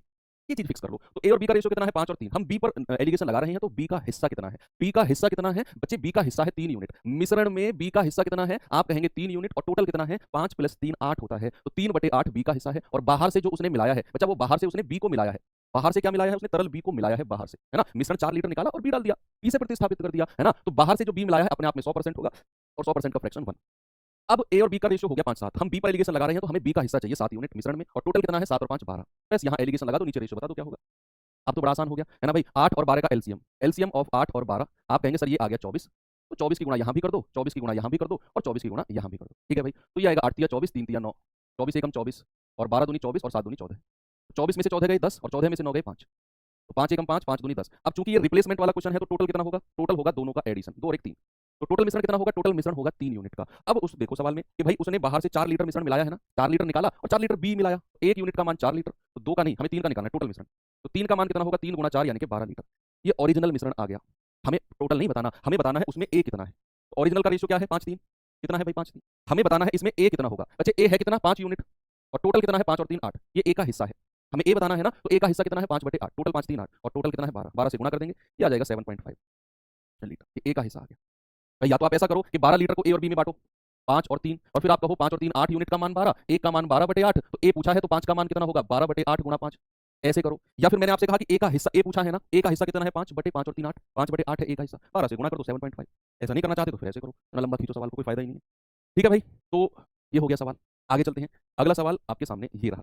ये क्वेश्चन आप खुद से करना, ये क्वेश्चन आप खुद से करना, और इसका आंसर मुझे बताना टेलीग्राम ग्रुप में। मैं इसका आंसर भी बता देता हूँ, वेरीफाई कर लेना। इसका आंसर आपको ऑप्शन नंबर डी होगा, 1/5, सेम क्वेश्चन, ठीक है। हम टाइप चेंज करते हैं, हम टाइप चेंज करते हैं, और चलो आते हैं अगले टाइप की तरफ। पहले ये वाला सवाल करते हैं, अगला टाइप, और सवाल नंबर 1 आपके सामने ये रहा। बच्चे मिक्सर एलिगेशन बहुत सारे बच्चों को मैं कमेंट में देख पा रहा हूँ परेशान कर रहा है, क्योंकि चैप्टर मैंने शुरू में बताया था ये लैंग्वेज बेस्ड क्वेश्चन है, ये लैंग्वेज बेस्ड क्वेश्चन है, पूरा चैप्टर है। सारा खेल यहाँ लैंग्वेज का है, और लैंग्वेज की चीजें अक्सर बच्चों को परेशान करती हैं, पहले से करती आई हैं, क्योंकि बच्चा उतना डीप जाकर, उतना कॉन्सेप्चुअल होकर, उतना तसल्लीपूर्वक पढ़ता ही नहीं है। तो ये चैप्टर अक्सर बच्चों को परेशान करता है। आपको भी अगर कर रहा है तो आप इस पर थोड़ा सा एक्स्ट्रा फोकस लगाओ भाई, मैं इतना ही आपसे कहूंगा, थोड़ा सा एडवांस फोकस लगाओ। एक क्लास को 2 बार देखो, मैं बहुत ही आराम आराम से इस चैप्टर में इसलिए चल रहा हूँ। इसमें आप देख रहे हो मैं मल्टीपल क्वेश्चन भी कई सारे टाइप्स में करा रहा हूँ, ताकि आपको चीजें दिमाग में सेट हो जाए। एक बात को मैं 10 बार बोल रहा हूँ कि जो चीज बाहर से मिलाई जाए, जो चीज बाहर से मिलाई जाए, जो चीज बाहर से मिलाई जाए, इसीलिए ताकि आपके दिमाग में चीजें ना सेट हो जाए, ठीक है। अगला सवाल और अगला टाइप आपके सामने ये रहा, देखेंगे बच्चे जरा इसको, क्या है ये। विलियन ए और बी में अम्ल और जल का अनुपात 2:7 है, एसिड और वाटर का। फिर कह रहा है कि बी में कितना है 4-5, ए में है ये, बी में है ये। कह रहा है इन विलियन को 4-3 के अनुपात में मिलाया जाता है, दोनों को। परिणामी विलियन में अम्ल और जल का रेशियो क्या होगा। अब पहले तो मैं आपको ये सवाल समझाता हूँ, सवाल है क्या, सवाल है क्या, बिल्कुल मैं आपको प्रैक्टिकली होकर समझाता हूँ। मैं आपसे कह रहा हूँ कि आपके पास 2 डब्बे हैं, एक डब्बा है ये ए, और आपके पास एक डब्बा है बी। अच्छा इसमें जो है, इसमें तो दूध है, सुनना मेरी बात, इसमें इसमें दूध और पानी, डब्बा बड़ा कर लेते हैं थोड़ा सा। ये डब्बा ए है, इसमें मिल्क और वाटर का रेशियो है 3-2, और एक डब्बा है बी, इसमें मिल्क और वाटर का जो रेशियो है वो 5-4 है। अब सुनना, अब मैंने आपसे कहा कि आपके पास दो डब्बे हैं मिश्रण के, एक डब्बे में दूध और पानी 3-2 है और दूसरे डब्बे में दूध और पानी 5-4 है। अब मैं आपसे कहता हूं पहले डब्बे से 2 लीटर ले लो। आप क्या करोगे? आप जाओगे पहले डब्बे में से 2 लीटर ले लोगे, मैं कह रहा हूं 2 लीटर तो इसमें से ले लो, और फिर मैं कह रहा हूं कि दूध जाओ दूसरे डब्बे से 3 लीटर ले आओ, तो आप 3 लीटर यहां से ले आओगे। अभी मैं सवाल को प्रैक्टिकली समझा रहा हूं, अभी मैं आऊंगा इसकी तरफ, है ना। मैंने कहा जाओ पहले डब्बे से 2 लीटर ले आओ और जाओ दूसरे डब्बे से 3 लीटर ले आओ, तो आप गए यहां से 2 लीटर लाए, यहां से 3 लीटर लाए। मैंने कहा इनको जोड़ दो, आपने कहा सर जोड़ दिया 5 लीटर हो गया। अब मैं आपसे कहता हूं जो 5 लीटर हुआ है ना, इसमें दूध और पानी का रेशियो बताओ। अब मैं कह रहा हूं बताओ इसमें दूध और पानी का रेशियो क्या होगा, ये सवाल है। ये सवाल है जो ये कहना चाह रहा है। अभी हम इसकी तरफ भी चलेंगे। मैंने आपसे कहा सवाल क्या है कि भाई एक डब्बे में दूध पानी 3-2 के रेशियो में, दूसरे डब्बे में दूध पानी 5-4 के रेशियो में है, पहले डब्बे से 2 लीटर लाओ, दूसरे डब्बे से 3 लीटर लाओ, और बताओ 5 लीटर जो हो गया इसमें दूध पानी क्या होगा। ये है सवाल, ये है सवाल, ठीक है। चलो ठीक है, इतने घबराया हुआ है। एक बच्चा ये कह रहा है 3-2 कहां से? अरे मैंने लिखा है भाई, एग्जांपल समझा रहा हूं मैं तो। मतलब इतना हाथ पैर क्यों कांप रहे हैं तुम्हारे? अंकल तो उनके सर ने स्पेशल वीडियो बना भी दी इस बात के लिए कि तुम्हारे हाथ पैर क्यों कांप रहे हैं इस बात के लिए। जो भी हम कंटेंट प्रोवाइड करा रहे हैं, आप सब देखो 16-16 घंटे क्लास कर रहे हो, इतना कौन डरता है भाई, हैं? स्पेशल वीडियो इसीलिए बनाई है। ये मैंने अपनी तरफ से एग्जांपल बताया, 3-2 कहां से आ रही है, हद हो गई यार। चलो ठीक है, तो बात क्लियर है, ओके। जितना डरोगे उतनी तैयारी बेकार होगी, बस ये आपका नुकसान होगा। रिलैक्स, आप सोचो ही मत आगे क्या होगा, कब है एग्जाम, कैसा जाएगा एग्जाम, आप भूल जाओ उस चीज को, फोकस करो आज पे। मुझे आज पढ़ना है, एग्जाम जैसा होगा वो बाद की बात है, तब की तब देखेंगे। तब का देखकर आज डरोगे ना तो आज बेकार कर लोगे अपना, और कुछ नहीं है। एग्जाम दिन का अगर सोचकर आज डरोगे एग्जाम बेकार हो जाएगा, एग्जाम बेकार हो जाएगा, तो भाई साहब उस बेकार एग्जाम होने की वजह से सारे दिन बेकार हो जाएंगे आपके। आप एग्जाम का भी सोचो ही मत, अभी आप अपनी स्टडी पे फोकस करो, ओके। तो मैंने कहा कि ए और बी में अम्ल और जल का रेशियो कितना है? 2-7। भाई ए और बी, अम्ल और जल, यानी कि एसिड और वाटर, अम्ल और जल। अम्ल और जल का रेशियो कितना है इसमें? 2 और 7। दूसरे में कितना है? बी में कितना है? 4-5, 4 और 5। अब आपसे कह रहा है कि पहले वाले डब्बे को और दूसरे वाले डब्बे को 4-3 के अनुपात में मिलाना है। पहले वाले डब्बे को और दूसरे वाले डब्बे को 4 और 3 के रेशियो में मिलाना है। मतलब पहले वाले डब्बे से 4 लीटर लेना है, तो ये वाला डब्बा जिसमें 2-7 है, इसमें 2-7 है, ये ए है, ये बी है, तो ए पहले वाले डब्बे से जो है उसमें से 4 लीटर लेना है, और जो दूसरे वाला डब्बा है उसमें 3 लीटर लेना है और नया मिश्रण तैयार करना है। तो कह रहा है कि जो नया मिश्रण बना, परिणामी विलयन जो है उसमें अम्ल और जल क्या होगा, ये वो कह रहा है। कि भाई आपके पास 2 डब्बे हैं, पहले में ए डब्बे में अम्ल और जल 2-7 है, दूसरे डब्बे में अम्ल और जल 4-5 है, पहले डब्बे से 4 लीटर लो, दूसरे से 3 लीटर लो, 4-3 के अनुपात में मिलाना है, तो तीसरा डब्बा तैयार होगा, उसमें अम्ल और जल क्या होगा, ये वो सवाल कह रहा है। अब आपको जो ये मिश्रण है ये 4-3 के अनुपात में मिलाने हैं, ये मिश्रण। तो जब भी कोई मिश्रण किसी अनुपात में मिलाया जाएगा, सुनना, जब भी कोई मिश्रण किसी अनुपात में मिलाया जाएगा तो सबसे पहला प्रोसेस क्या होता है? इनकी टोटल क्वांटिटी निकालो। क्या करना है बच्चे? सबसे पहला काम है टोटल क्वांटिटी निकालना। तो 7 और 2 9, यहाँ टोटल कितना है? 5 और 4 9। ये सबसे पहला प्रोसेस है, 1 बाय 1 बहुत स्लो होकर प्रोसेस समझा रहा हूँ, ध्यान दे लो। कमेंट बॉक्स पे ज्यादा ध्यान दोगे तो वैसे भी चीजें बेकार हो जाएंगी, सामने फोकस करो। आप जानते हो मैं कमेंट बहुत कम पढ़ता हूँ, फिर भी आप कमेंट पे कमेंट, कुछ बच्चे हैं वो करते ही जाते हैं। आपको पता है मैं बहुत कम आपके कमेंट पढ़ता हूँ, 1-8%, 5%, 10% देखता हूँ, लेकिन आपका उसका आपके नाम, आप कुछ बच्चे सोचते हैं मैं आपका नाम लेकर आपका कमेंट पढ़ूंगा, तो मैंने आज तक किसी बैच में किया ही नहीं है ना, तो वो चीज तो छोड़ दो आप। तो आपके कमेंट बहुत कम पढ़ता हूँ, तो बढ़िया है कि आप फोकस करो स्टडी पे। क्लास के अलावा कुछ बहुत सारे बच्चे पूछ रहे हैं बुक नहीं आई है, ये नहीं आई है, वो क्लास नहीं चल रही है जो उसमें, भाई आप जानते हैं कि मेरे सर के ऊपर से बाउंस हो रहे हैं सारे कमेंट, है ना। तो बढ़िया है कि आप सुबह सुबह उठे हो, तो यहाँ फोकस करो प्लीज। मैंने आपसे कहा कि सबसे पहला काम क्या करना है? टोटल क्वांटिटी निकालनी है, 7 और 2 9 और 5 और 4 9। अब जो दूसरा काम आपने करना है, ये टोटल जो आया है इसको बराबर करना है, जितना यहां है उतना ही यहां करना है हमें। एलसीएम लेकर करना है या कैसे भी करना है, हमें ये टोटल मिश्रण को बराबर करना है। पहला स्टेप क्या है? टोटल मिश्रण निकालने का। 5 और 4, 7 और 2 9, 5 और 4 9, 9 और 9 आपने टोटल मिश्रण निकाल दिया। अब मैं कह रहा हूं जो टोटल मिश्रण है उसको बराबर करना है। ये 9 है तो ये 9 है, दोनों को इक्वल करना है, दोनों को इक्वल करना है। बच्चे आप कहेंगे सर यहां तो इक्वल है 9 और 9, बढ़िया, बहुत अच्छी बात है कि यहां इक्वल मिल गया। नहीं होता तो मैं इक्वल करता इसको, जैसे मैंने वो दूध की क्वांटिटी इक्वल की थी, ऐसे ही इस टोटल को इक्वल करता। फिर क्या करना है? उसने कहा विलियन को 4-3 के अनुपात में मिलाना है, यानी कि पहले वाला जो मिश्रण है उसको 4 से गुणा कर दो और दूसरे वाले को 3 से गुणा कर दो, बस। पहला काम क्या करना है बच्चे? पहला काम करना है टोटल मिश्रण निकालना, फिर उनको बराबर करना। यहां तो बराबर है तो पहले वाले को 4 से गुणा कर दो, दूसरे को 3 से। अगर यहां 4 से गुणा करी है तो यहां भी 4 से करना होगा, यहां भी 4 से। अगर यहां 3 से करी है तो यहां भी 3 से करना होगा, यहां भी 3 से। ये कितना हो गया? 4 दूनी 8 और 7 चौके 28। ये कितना हो गया? 4 तिया 12 और 5 तिया 15, है ना भाई। अब जो तीसरा मिश्रण है ना उसमें जोड़ दो इनको, 8 + 12 अनुपात 28 + 15, बस ये काम आपने करना है। 12 और 8 20, 20 रेशियो 28 15 43। ये आपका जवाब आ गया। नए जो मिश्रण बना है परिणामी विलियन में अम्ल और जल का रेशियो कितना हो गया? 20 43। यही आपने करना है, ठीक है। पहले बराबर करना है टोटल को, फिर जिस रेशियो में कह रहा है उससे गुणा करना है। 4 की गुणा यहां करी तो दोनों में कर दी, 4 दूनी 8, 7 चौके 28। 3 की गुणा यहां करी तो दोनों में कर दी, 3 चौके 12, 3 पंजे 15, जोड़ दिया 12 और 8 20, 28 15 43। ये आपका आंसर आ गया, ठीक है। अगला question as it is question है, उम्मीद करता हूं कि आपको ये क्लियर होगा। जल्दी से बताएंगे सवाल का उत्तर क्या है भाई सभी लोग। चलिए देखेंगे जरा इस सवाल को। 3 मिश्रण में पानी और स्प्रिट 2-3, 1-3 और 2-5 के अनुपात में है पानी और स्प्रिट। यदि सभी 3 मिश्रण को 1-3-2 के अनुपात में मिलाया गया तो परिणामी मिश्रण में पानी और स्प्रिट का रेशियो क्या होगा? पानी और स्प्रिट का, अगेन वही क्वेश्चन, सबसे आसान है ये वाला टाइप, सबसे आसान है भाई। पानी और स्प्रिट, पानी और स्प्रिट, पानी और स्प्रिट किस रेशियो में है? पहले में तो 2-3 है, दूसरे में कितना है? 1-3 है, तीसरे में कितना है? 2-5 है। अच्छा उसने कहा कि तीनों को 1-3-2 के रेशियो में मिलाना है, तो सबसे पहले क्या करना है? सबसे पहले टोटल मिश्रण निकालना है। टोटल कितना है? 3 और 2 5, ये कितना है? 3 और 1 4, और ये कितना है? 5 और 2 7। अब हमको ये बराबर करना है। ये टोटल मिश्रण बराबर करना है हमको। क्या करना है बच्चे? बराबर करना है। तो हम क्या करेंगे? 5, 4 और 7 का एलसीएम। क्या करेंगे मेरे भाई? एलसीएम ऑफ 5, 7 और 4 का। ठीक है, ये हो जाएगा 140। कितना होगा? 140। और 140 की गुणा यहां भी करेंगे, 140 की गुणा यहां भी करेंगे, और 100 नहीं, 140 की गुणा नहीं करेंगे, 140 बनाएंगे। सॉरी सॉरी सॉरी, इस 5 को 140 बनाएंगे। Sorry my mistake. मैंने कहा जो एलसीएम आया है ना, मैंने कहा तीनों को बराबर करना है, और तीनों को बराबर करना है तो 5, 4 और 7 का एलसीएम कितना आ गया? 140। अब अगर मैं इस 5 को 140 बनाऊंगा तो बच्चे कितने से गुणा करूंगा? 28 से, क्योंकि 28 पंजे 140 होता है। अगर आपको ये भी पता करना है सर 28 कहां से आया, तो 140 जो एलसीएम है ना, डिवाइड कर दो 5 से, ये आ जाएगा 28। 28 यहां गुणा कर दो। ऐसे ही 4 से डिवाइड कर दो तो ये आ जाएगा 35। ऐसे ही 7 से डिवाइड कर दो, ये आ जाएगा 20। तो अब ये तीनों बराबर हो गए। अब ये तीनों बराबर हो गए, और अब जिस रेशियो में कह रहा है उस रेशियो में बांट दो। 1 3 2 के में, यहाँ 1 से गुणा कर दो, यहाँ 3 से, और यहाँ 2 से। बस यहाँ टोटल कितने से गुणा करी है? 28 एकम 28, तो यहाँ भी 28 से गुणा करना है, और यहाँ भी 28 से। तो ये हो जाएगा 28 दूनी 56, 28 दिया 84। यहाँ कितने से गुणा करी है? 35 दिया 105 से, तो यहाँ भी 105 से, यहाँ भी 105 से। तो 105 एकम 105, और 105 दिया 315। यहाँ कितने से गुणा की है? 20 दूनी 40 से, तो यहाँ भी 40 से, और यहाँ भी 40 से। तो 40 दूनी 80, और 4 पंजे 20, 200। बस सबको जोड़ दो। इधर वाले को जोड़ेंगे 6 और 5 11, ओके, 8 5 13 और 1 14, ये आ गया 241। नहीं सॉरी, 6 और 5 11 हासिल का 1, 8 और 5 13, 13 और 1 14, 1 और 1 2, हाँ 241 है। इसको जोड़ेंगे भाई 200, 315 और 84। 5 और 4 9, 8 और 1 9, 3 और 2 5, ये आ रहा है। ठीक है, 241 और 599 बिल्कुल सही जवाब है। ऑप्शन नंबर डी आपका सही जवाब होगा। ठीक है, मैं फिर से रिपीट करता हूं, सुनना भैया। 3 मिश्रण में पानी और स्पिरिट कितना था? 2 3 का रेशियो था। दूसरे में 1 3, तीसरे में 2 5, जो ग्रीन कलर में लिखा हुआ है। मैंने कहा सबसे पहले बराबर करो। 3 और 2 5, 3 और 1 4, 5 2 7। तो 5 4 और 7 का एलसीएम आ गया 140। मैंने इसको 140 बनाना है तो 28 से गुणा कर दिया, 28 पंजे 140। इसको 140 बनाना है तो 35 से गुणा कर दिया, 35 चौके 140। और इसको 40 बनाना है तो 20 से गुणा कर दिया, 20 सत्ते 140। अब जिस रेशियो में कह रहा है 1 3 2 में बांट दिया, यहाँ 28 एकम 28 से गुणा किया, दोनों को 28 28 से गुणा करना पड़ेगा, तो ये 56 ये 84 आ गया। यहाँ 35 दिया 105 से गुणा किया, दोनों को 105 105 से गुणा करना पड़ेगा, ये 105 ये 315 आ गया। यहाँ 40 से गुणा किया तो दोनों को 40 40 से गुणा करना पड़ेगा, ये 80 200 आया, जोड़ा 241 और 599, मेरा आंसर आ गया। ठीक है, ऑप्शन नंबर डी बिल्कुल सही जवाब होगा। ओके बच्चे, ठीक है। क्वेश्चन और कराता हूं, ये रहा। इसे करके फिर टाइप चेंज करते हैं। ठीक है, इसी का ही एक और टाइप है, फिर उसे करते हैं। पहले ये सवाल करवा।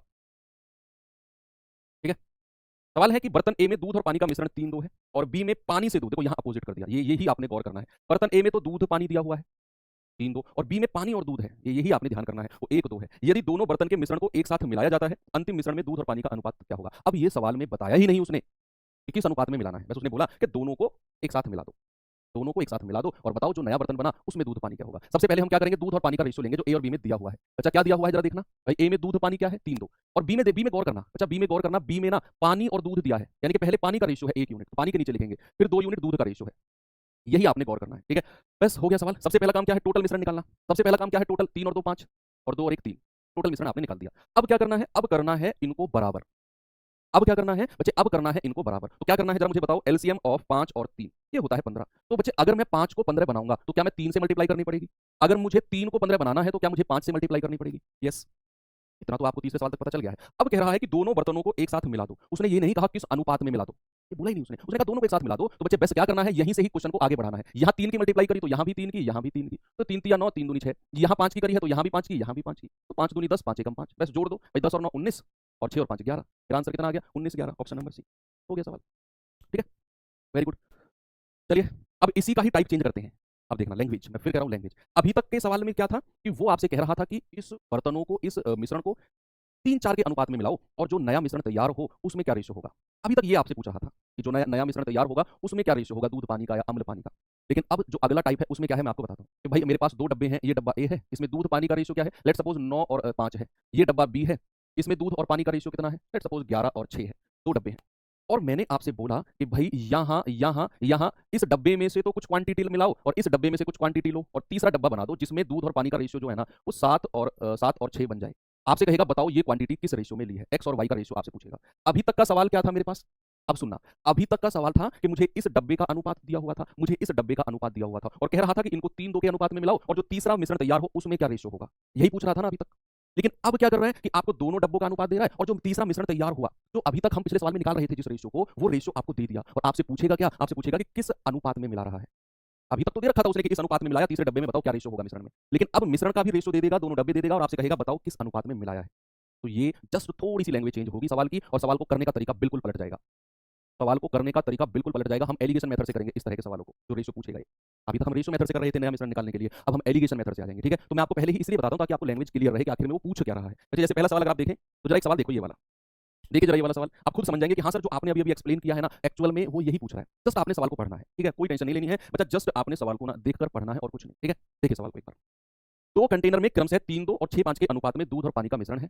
ओके, सामग्री को किस अनुपात में मिलाया जाना चाहिए? आपसे अनुपात पूछ लिया कि किस अनुपात में मिलाया जाना चाहिए ताकि अंतिम मिश्रण में दूध और पानी 4:3 हो जाए। पकड़िए आपने लैंग्वेज। पिछले सवाल में तो वो कह रहा था कि भाई इसको 3:4 के अनुपात में मिलाओ या 3:2:5 के अनुपात में मिलाओ ताकि नए मिश्रण का आप अनुपात बताओ क्या होगा। लेकिन यहां उसने ये पूछा है कि सामग्री को किस अनुपात में मिलाए, सामग्री को किस अनुपात में मिलाए कि जो मिश्रण हमारे पास तैयार होगा उसमें दूध और पानी 4:3 होगा। जस्ट लैंग्वेज का खेल है, जस्ट लैंग्वेज का खेल है, ठीक है। चलो ओके, इसको आपने एलिगेशन से करना, हिस्सा ले लेना है बस। हिस्सा ले लेना है कि दो कंटेनर है 3:2 और 6:5 के रेशियो में है दूध और पानी, कह रहे किस अनुपात में मिलाए कि मिश्रण में दूध पानी ये हो जाए। आप दूध का हिस्सा ले लो, उस पर एलिगेशन मेथड लगा दो, या पानी का हिस्सा ले लो। भाई पानी का हिस्सा लोगे तो 2/5, 5/11 और 3/7 ऐसे करना पड़ेगा। या अगर दूध का हिस्सा लोगे तो 3/5, 6/11 और 4/7 ऐसे करना पड़ेगा। किसी पर भी कोई सा भी हिस्सा ले लो, दूध का ले लो, पानी का ले लो, आंसर दोनों से सेम आना है। मैं दूध का हिस्सा लेकर सॉल्व कर रहा हूँ, मैं दूध का हिस्से से सॉल्व कर रहा हूँ, दूध के हिस्से से मैं सॉल्व कर रहा हूँ, दूध के हिस्से से, ठीक है। तो बच्चे दूध का हिस्सा कितना है 3 यूनिट और टोटल कितना है 3 और 2 5। दूसरे वाले में दूध का हिस्सा कितना है 6 यूनिट और टोटल कितना है 6 और 5 11। और मिश्रण में दूध का हिस्सा कितना है 4 यूनिट और टोटल कितना है 7। आप पानी के हिस्से से कर लो, मैं कह रहा हूँ डेफिनेटली आंसर सेम आना है। आप ऐसा करो अपनी रफ कॉपी में पानी के हिस्से से सॉल्व करो, मैं दूध के हिस्से से कर रहा हूँ, आप पानी के हिस्से करो। 2/5, 5/11 और 3/7 आंसर सेम आएगा, जो मेरा आएगा वही आपका आंसर आएगा, ठीक है। बस क्या करना है बच्चे, एलसीएम लेना है 5 11 और 7। भाई एलसीएम ऑफ 5 11 और 7 यही होगा, इसको ऐसे ही रहने दो, 5 गुणा 11 गुणा 7 ही रहने दो, ठीक है। एलसीएम इतना ही रहने दो, तो यहाँ भी 5 गुणा 11 गुणा 7 कर दो, यहाँ भी 5 गुणा 11 गुणा 7 कर दो और यहाँ भी 5 गुणा 11 गुणा 7 कर दो। एलसीएम से मल्टीप्लाई कर दी तो फिर क्या होगा, 5 से 5 गया, 5 से 5 गया और आगे क्या होगा भाई 11 तिया 33 या 11 सत्ते 77 और 3 सत्ते 21 हासिल का 2, 3 सत्ते 21 और 2 23, 231 तो ये आ गया। यहाँ 11 से 11 गया, 7 पंजे 35 और 6 पंजे 30 हासिल का 3 और 6 तिया 18 3 21, 210 यहाँ आ गया। ऐसे ही 7 से 7 गया, 11 पंजे 55, 4 पंजे 20 हासिल का 2 और 4 पंजे 20 और 2 22, 220 यहाँ आ गया। बस एलिगेशन लगा दो इस पे, वही आपका आंसर आ जाएगा। तो थोड़ी सी तो देखो कैलकुलेशन होगी बच्चे, अब ऐसा तो नहीं है कि सब कुछ 10 5 15 20 में ही खत्म हो जाए, ऐसा नहीं है। 220 में से 210 गए तो 10, 231 में से 220 गए तो 11, आंसर कितना आ गया 10 11 का, और यही मेरा आंसर है, ठीक है, यही मेरा आंसर होगा। चलो एक और सवाल देता हूँ आपको, ये क्वेश्चन अच्छा है, इसमें भी कैलकुलेशन आपकी होगी, ऐसी ही कैलकुलेशन इसमें भी होगी जैसी इसमें हुई है। जरा देखना, करना इसे भाई, करेंगे बच्चे इसको जरा, यस आज कंप्लीट कर देंगे चैप्टर को, ओके कोई दिक्कत नहीं है। कल हम अपना नया चैप्टर लेंगे, कौन सा, परसेंटेज वाले, परसेंटेज प्रॉफिट लॉस एसआईसीआई, इस वाले मोहल्ले में घुसे, या number system LCM HCF search index simplification, इस वाले मोहल्ले में घुसे। दो मोहल्ले हैं, कौन से मोहल्ले में घुसा जाए, नंबर सिस्टम वाले मोहल्ले में या परसेंटेज वाले मोहल्ले में। दोनों में निकलने, परसेंट नंबर सिस्टम में कम टाइम लगेगा निकलने में, परसेंटेज वाले में टाइम लग जाएगा, क्योंकि परसेंटेज को मैं कितना भी कम कर लूँ 4 क्लास तो कम से कम चाहिए। प्रॉफिट एंड लॉस डिस्काउंट में 4 4 दूनी 8, एसआई में 2 और 3 कंपाउंड में 3 2 5, 13 क्लास तो वहाँ चाहिए। और अगर नंबर सिस्टम वाले मोहल्ले में घुसे तो नंबर सिस्टम में ही 4 class, 2 class LCM HCF 6, 2 class simplification search synthesis 8, 8 class में वहाँ से निकल जाएंगे, और 13 क्लास में प्रॉफिट एंड लॉस परसेंटेज वाले में। चलो परसेंटेज वाले मोहल्ले में घुसते हैं, ठीक है, कल से। ओके, ये सवाल करते हैं, एक बर्तन में दूध और पानी का मिश्रण 8:7 है, जबकि दूसरे बर्तन में दूध और पानी का मिश्रण 7:9 है। दोनों बर्तनों के मिश्रण को किस अनुपात में एक साथ मिलाया जाए। अगेन आपसे यही पूछ रहा है कि किस अनुपात में मिलाया जाए जिससे कि परिणामी मिश्रण में दूध पानी का अनुपात 9:8 हो जाएगा। परसेंटेज में चलेंगे बच्चे, पता है क्यों, क्योंकि उधर परसेंटेज से एक सवाल फिक्स है, प्रॉफिट लॉस से एक सवाल फिक्स है, एसआई से एक फिक्स है और सीआई से एक फिक्स है, तो 4 सवाल तो कम से कम वहां से आने, 4 से 5 क्वेश्चन। लेकिन अगर नंबर सिस्टम में जाएंगे तो नंबर सिस्टम से एक क्वेश्चन आएगा, एक एलसीएम एचसीएफ से, एक सिंप्लीफिकेशन से, उधर 3 क्वेश्चन का मटेरियल है, उधर कम से कम 5 का है। पहले ज्यादा वाले वेटेज को कवर करेंगे और वो पार्ट भी बड़ा है, वो कंप्लीट हो गया तो हमको लगेगा कि सिलेबस ऑलमोस्ट डन है। परसेंटेज वाला पार्ट कंप्लीट हो गया ना तो हमको लगेगा कि सिलेबस ऑलमोस्ट डन हो गया है हमारा, ठीक है। तो भाई उसने वही पूछा कि मिश्रण को किस अनुपात में मिलाऊं ताकि जो नया मिश्रण तैयार हो जाए उसमें पानी और दूध, देखो यहाँ उल्टा दिया है, आपको फिर घुमाने की कोशिश कर रहा है, पानी और दूध का रेशियो 9:8 हो जाए। आप किसी पर एलिगेशन लगा लो, दूध पर या पानी पर, दोनों से डेफिनेटली आपका आंसर सेम आना है। मैं दूध पर लगाता हूँ, आप पानी पर ट्राई करो अपनी कॉपी में, आंसर सेम आएगा। अच्छा दूध का मिश्रण कितना है भाई, दूध पहले है तो 8/8 7 15, दूसरे में दूध कितना है 7 और 7 और 9 16, और मिश्रण में पानी और दूध है ना, तो पानी दूध दूध दूसरे वाला है 8/9 8 17। ये आप सॉल्व करो, यहाँ कैलकुलेशन तो होगी, नो डाउट कैलकुलेशन होगी, क्योंकि ऑप्शन भी देख लो, ऑप्शन भी बड़े बड़े हैं तो कैलकुलेशन तो यहाँ होनी है। एलसीएम क्या होगा 15 16 और 17, डिनोमिनेटर का एलसीएम गुणा कर दो इन तीनों को, 15 गुणा 16 गुणा 17, जैसे पिछले सवाल में किया है। यहाँ भी तीनों से गुणा कर दो, 15 गुणा 16 गुणा 17, ये एलसीएम है इन तीनों का 15 16 17 का, इन तीनों की मल्टीप्लाई। यहाँ भी 15 गुणा 16 गुणा 17, और कैलकुलेट तो करके जल्दी से बताओ, 15 से 15 गया 16, 17 छिक्के 102 हासिल का 10, 17 कम 17 10 27, 8 की गुणा करेंगे 8 दूनी 16, 8 सत्ते 56 और 1 57, 8 दूनी 16 5 21, 2176 तो ये हो गया। इसको करेंगे 16 से 16 गया, 17 पंजे 85, 17 कम 17 और 8 25, 7 पंजे 35 हासिल का 3, 7 पंजे 35 और 3 38, 7 दूनी 14 3 17, 17 से 17 गया, 15 छिक्के 90, 15 कम 15 और 9 24, 8 0 0 8 चौके 32, 8 दूनी 16 3 19। बस इन तीनों पे आप एलिगेशन लगा दो और कितना आंसर आएगा जल्दी से आप मुझे बता दो। बच्चे 2176 में से 1920 गया, 6 में से 0 गए 6, 7 में से 2 गए 5 और 11 में से 9 गए 2, और 1920 में से 1785 घटाना है, 10 में से 5 गए 5, 11 में से 8 गए 3 और 8 में से 7 गया 1। आपका आंसर आ गया 135 256, ऑप्शन नंबर ए बिल्कुल करेक्ट जवाब है, ठीक है। Okay very good. चलो चलते हैं अब अगला टाइप। टाइप चेंज कर रहा हूं मैं, और अगला टाइप बड़ा मजेदार टाइप है आपके लिए। इसमें अक्सर फॉर्मूले वगैरह से चीजें कराई जाती हैं, लेकिन मैं आपको नहीं कराऊंगा। मैं आपको पहले इसका थोड़ा सा प्रैक्टिकली कॉन्सेप्ट सिखाऊंगा, और फिर हम इस क्वेश्चन को करेंगे, इस टाइप के सवालों को। ओके, ज्यादा पार्ट नहीं बचा है। इसके बाद एक टाइप और है बस, इसके बाद एक टाइप और है, वो ताजे और सूखे फल वाला, बस वही है। फिर मिसलेनियस है, दो से तीन क्वेश्चन विविध है, मिसलेनियस है, हो गया। ये सवाल देखो आप, बड़ा आसान है। अब आसान टाइप बचे हैं। ये भी आसान टाइप है, और इससे अगले वाला तो निहायत ही आसान टाइप है, निहायत ही आसान है ना। ये भी आसान टाइप है भाई। वो कह रहा है एक डब्बे में 50 किलोग्राम दूध है। ओके, उस डब्बे में से 5 किलोग्राम दूध निकालकर उतना ही पानी भर दिया गया। उतना ही पानी। अच्छा, कुछ और पूछा है क्या उसने? अपोजिट पूछा है पिछले सवाल में? क्या क्या पूछा है? किस अनुपात में मिलाया जाना चाहिए? ठीक तो है, 135 256, ठीक है, इसी अनुपात में मिलाएगा। सुनो, उस डब्बे से 5 किलोग्राम दूध निकालकर उतना ही पानी भर दिया गया। इस प्रक्रिया में 2 बार और दोहराया गया, तो अंत में डब्बे में कितना दूध बचेगा? अंत में डब्बे में कितना दूध बचेगा? बहुत आसान, मैं कराऊं आपको, एक लाइन में आंसर आ जाएगा। परेशान मत हो, ये अब जितना भी टिपिकल पार्ट था वो कंप्लीट हो चुका है। अब ये छोटे छोटे दो टाइप बचे हुए हैं, मुश्किल से मुश्किल 20-25 मिनट की क्लास और है आपकी, ठीक है। तो चलिए, ऐसे सवालों में जहां पर वो सवाल आए कि भाई इतना पार्ट निकाला और इस प्रोसेस को 2 बार 3 बार 4 बार दोहराया गया, ऐसे सवाल आएंगे कि भाई 5 किलोग्राम दूध निकालकर उतना ही पानी भर दिया, और इस प्रक्रिया को 2 बार और दोहराया गया है। इस प्रक्रिया को 2 बार और दोहराया गया है, तो कह रहा है अंत में डब्बे में दूध कितना होगा। ऐसे सवालों में आपने 2 स्टेप करने हैं, और तीसरे स्टेप में सवाल आ जाएगा। 2 स्टेप अपने दिमाग में करने हैं, कॉपी में नहीं, मैं यहाँ पर लिख के समझाऊंगा, आपने अपने दिमाग में आगे से कैलकुलेट करने हैं। सबसे पहले देखना है कि यह प्रक्रिया टोटल कितनी बार दोहराई गई है। यह प्रक्रिया जल्दी से मुझे सवाल में देखकर कोई बताएगा। अगर मैं आपसे कहूं कि यह प्रक्रिया टोटल कितनी बार रिपीट की गई है, तो आपका जवाब क्या होगा? यह प्रोसेस टोटल कितनी बार रिपीट किया गया है। बच्चे, उसने कहा 2 बार और, मतलब एक बार तो उसने ऊपर कह दिया। भाई मैं अगर आपसे कहूं कि मैं आपको एक बार उठाकर पटक दूं और 3 बार और पटक दूं, तो टोटल मैंने आपको कितनी बार पटका? आप गिनोगे कि सर आपने पहले एक बार पटक दिया और फिर कह रहे हो 3 बार और पटको, तो टोटल तो सर आपने हमें 4 बार पटक दिया है। यही है ना। तो उसने 5 किलोग्राम दूध निकालकर उतना ही पानी भर दिया, और यह प्रक्रिया 2 बार और दोहराई है, मतलब टोटल उसने यह प्रक्रिया 3 बार दोहराई है। पहले तो ये देखना है, ठीक है। अगला काम क्या है आपका कि उसने दूध का कितना हिस्सा निकाला। देखो, हिस्सा वर्ड आपके दिमाग में अब सेट हो चुका है। हिस्सा पूछूंगा ना, तो भाई कितना दूध निकाला है? 5 लीटर या 5 किलो, और टोटल कितना है? 50। तो ये आ जाएगा 5 एकम 5, 5 धाम 50। 1 बटे हिस्सा दूध का निकाला, तो शेष दूध कितना बच गया? शेष बच गया 10 में से अगर एक पार्ट निकलता है तो शेष बचता है 9/10। ये 2 स्टेप में इसी सवाल में समझा रहा हूं, आपने अपने आगे से सवाल में दिमाग में ही कैलकुलेट करने हैं। मैंने कहा कि 50 किलो दूध था, 5 किलो निकाला, तो मैंने कहा कितना हिस्सा निकाला है? आप कहेंगे 5 बटे टोटल 50, 1/10। मैंने कहा शेष दूध कितना बच गया, तो कहेंगे 10 में से 1 चला गया, तो 9/10 बचा। 9/10 है ना। तो आपसे कह रहा है कि बताओ अंत में दूध कितना है। हो गया सवाल, आपने पार्ट में सवाल को सॉल्व कर दिया। अंत में जो दूध बचा है वो कितना बचा है? भाई शुरुआत में कितना था? 50, और 9/10 की मल्टीप्लाई जितनी बार ये प्रोसेस रिपीट हुआ है ना, उतनी बार कर दो, गुणा 9/10 गुणा 9/10 गुणा 9/10। जितनी बार ये प्रोसेस रिपीट हुआ है, शेष की गुणा उतनी बार कर दो। सवाल का आंसर हो गया। सवाल का आंसर हो गया, ठीक है। आपने देखना है कितनी बार प्रोसेस? 3 बार। भैया कितना दूध निकाला गया है? 1/10 हिस्सा। शेष कितना बचा है? 9/10। जितनी बार प्रोसेस है उतनी बार गुणा कर दो, अंत में दूध की मात्रा आ गई भैया आपकी। हो गया सवाल, जल्दी से बताओ कितना होगा। 0 से 0 कंप्लीट। 9 9 9 की गुणा कितना होता है? 729, और बटे 10 धाम 100। तो 5 नाम 45, हासिल का 4, 5 दूनी 10, 4 14, 5 7 35 और 1 36 बटे 100। तो ये आ जाएगा 36.45। कहीं ऑप्शन में है क्या? ये रहा ऑप्शन नंबर डी। अब ये तो आसान हो गया ना, ये तो आसान हो गया। अच्छा, पटकने की जरूरत नहीं है। अरे मैं एग्जांपल दे रहा हूं यार, तुम लोग तो फील कर जाते हो। वही, ये सवाल करो जल्दी से।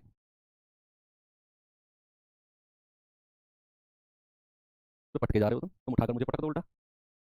है भाई। देखो, शुद्ध दूध में से भरे हुए किसी बर्तन में 20% दूध निकालकर उतनी ही मात्रा में पानी भर दिया गया। यह प्रक्रिया कुल 3 बार, ये वर्ड जुड़ गया ना, कुल तो टोटल 3 बार है। ये पहले वाला मत जोड़ देना, 4 बार मत कह देना। वो दोहराना वर्ड अगर कहेगा 3 बार और, तो हम एक ऐड करते हैं। यहां तो उसने साफ साफ बोल दिया कि कुल 3 बार यह प्रक्रिया दोहराई गई है। तीसरी प्रक्रिया के बाद बर्तन में शुद्ध दूध की मात्रा घटकर कितनी रह जाएगी? परसेंट में पूछा है, कितनी रह जाएगी? बड़ा आसान है। सबसे पहले 20% का फ्रैक्शन निकालो। 20%, एक बार में 20% का फ्रैक्शन होता है 20/100। कितना होता है बच्चा? 20/100, यानी कि 1/5। तो बच्चे वो एक बार में 20% दूध निकाल रहा है। 20% दूध निकाल रहा है, तो शेष दूध कितना बचेगा? शेष बचेगा, 5 में से 1 घटाएंगे तो शेष बचेगा 4/5 दूध। भाई अगर 20% निकाल रहा है तो शेष बचेगा 80%, 4/5। और यह प्रक्रिया टोटल कितनी बार दोहराई गई है? यह प्रक्रिया टोटल कितनी बार दोहराई गई है? आप कहेंगे सर टोटल तो 3 बार दोहराई गई है। टोटल 3 बार दोहराई गई है, ठीक है। तो भाई पहली बार में अगर 4/5 है, फिर 4/5, फिर 4/5, तो अंत में दूध का हिस्सा कितना बचेगा? परसेंटेज मैं निकलवा दूंगा, पहले आप ये बता दो अंत में दूध का हिस्सा बचेगा कितना। तो 4 चौके 16 चौके 64, 5 पूरे 25 पंजे 125, 64/125, ये अंत में दूध बचेगा। अंत में दूध बचेगा। और अगर मुझे प्रतिशत निकालना है, मुझे किसी भी संख्या को प्रतिशत में बदलना होता है ना, तो हम क्या करते हैं? हम 100 से गुणा कर देते हैं। ये आंसर आ जाएगा। सबसे पहले आपने क्या निकाला? अंत में दूध बचा कितना है। प्रक्रिया 3 बार है, तो 4/5 4/5 4/5 3 बार, तो 64/125 अंत में दूध बचा है। अंत में परसेंटेज में निकालना है, तो 100 से गुणा कर दो, आंसर आ जाएगा। 100 से गुणा कर दो, कोई आपको फॉर्मूला वॉर्मूला की जरूरत नहीं है। 25 चौके 100, 25 पंजे 125, तो 64 चौके 256/5। कितना आएगा भाई? जरा काट के बताना। 5 पूरे 25, 5 एकम 5, 5 दूनी 10, तो 51.2%। ऑप्शन नंबर सी बिल्कुल सही है। ठीक है बच्चे, कोई दिक्कत नहीं है। बस ये देखना है प्रक्रिया कितनी बार दोहराई गई है, ये आपने देखना है। उतनी ही बार उस शेष को मल्टीप्लाई कर देना है बस। ठीक है, 4 कैसे आया? 5 में से ऊपर वाला पार्ट घटाते हैं तो 4 आ गया। चलो लास्ट क्वेश्चन इस टाइप का, फिर अपना ताजे सूखे फल की तरफ चलते हैं। वो तो वैसे भी आसान है। देखिए सवाल को, भाई सवाल है कि एक कनस्तर शराब से भरा हुआ है, सुनते रहना। इसमें 8 लीटर शराब निकालकर खाली बचे भाग में 8 लीटर पानी भर दिया। 8 लीटर शराब निकाली, 8 लीटर पानी भर दिया। यह प्रक्रिया 3 बार और दोहराई गई है। पहले तो वही काम करना है, ये देखना है कि यह प्रक्रिया टोटल कितनी बार दोहराई गई है। अंत में घोल में शराब और पानी 16:65 के रेशो में बची है। तो प्रारंभ में कितनी शराब थी? ये थोड़ा सा अलग है, पूछने का तरीका अलग है, मैं आपको इसको करने का तरीका भी अलग होगा। सबसे पहले आपने बताना है कि प्रक्रिया टोटल कितनी बार है। भाई प्रक्रिया 3 बार और का मतलब है एक बार पहले भी दोहराई गई होगी, तो प्रक्रिया टोटल 4 बार दोहराई गई है। इतना तो आपको क्लियर हो गया। अब सवाल कह रहा है कि ये सारी प्रक्रिया के बाद में अंत में शराब और पानी 16:65 के रेशो में बची थी। आप मुझे एक बात बताओ, शुरुआत में तो कनस्तर पूरा का पूरा शराब से भरा हुआ था। बच्चे गौर से सुनना ये बात को, गौर से सुनना ये बात को कि शुरुआत में तो कनस्तर पूरा शराब का भरा हुआ था। क्या पानी था उसमें? कोई कोई भी पार्ट क्या पानी था? आप कहेंगे नहीं सर, सारा का सारा प्योर शराब थी। और अंत में क्या हुआ है कि शराब का 16 हिस्सा बचा है और पानी का 65 हो गया। तो अगर मैं आपसे कहूं कि शुरुआत में शराब कितनी थी, शुरुआत में शराब कितनी थी, तो आप कहेंगे कि सर सारी की सारी 16 हिस्सा, और जो पानी का हिस्सा है ना 65, पानी का हिस्सा जो 65 है, ये भी शुरुआत में शराब ही था। ये भी शुरुआत में शराब ही था। जो लास्ट में, भाई अगर मैं आपसे कहूं अब भारत और पाकिस्तान अलग अलग हो गए, अगर मैं कहूं शुरुआत में क्या था, भारत कितना था, तो आप पाकिस्तान को भी भारत में जोड़ लोगे ना कि सर अगर मैं 1947 से पहले की बात करूं तो पाकिस्तान भी भारत का ही हिस्सा था। तो अगर मैं शुरुआत की बात करता हूं तो जो ये 65 यूनिट है ना पानी का, ये भी शराब का ही हिस्सा था शुरुआत में। तो शुरुआत में शराब कितनी थी? 16 + 65 कितने आ गया? 81। 81 यूनिट शुरुआत में शराब ही थी। और अंत में शराब कितनी बची है वो तो सवाल में दी हुई है। अंत में शराब कितनी है? अंत में शराब 16 यूनिट है। ये रहा 16 यूनिट। तो ये आपने लेना कि शुरुआत में कितनी शराब थी और अंत में शराब कितनी हो गई। वो तो 16 यूनिट साफ साफ दिया हुआ है। और मैंने कहा कि अगर मैं 1947 से पहले की बात करूं तो पाकिस्तान भी भारत का ही हिस्सा था, बांग्लादेश भी भारत का हिस्सा था, है ना। तो शुरुआत की बात करेंगे तो जो 65 यूनिट पानी का है ये भी शराब का ही हिस्सा था। तो टोटल 81। अब क्या करना है सुनो, अब यहाँ क्या करना है आपने, थोड़ा सा अलग तरीका है। जब भी रेशियो वाला सवाल ऐसा आए, जितना प्रोसेस है ना 4 बार प्रोसेस है, तो इसकी 4th रूट लगा दो।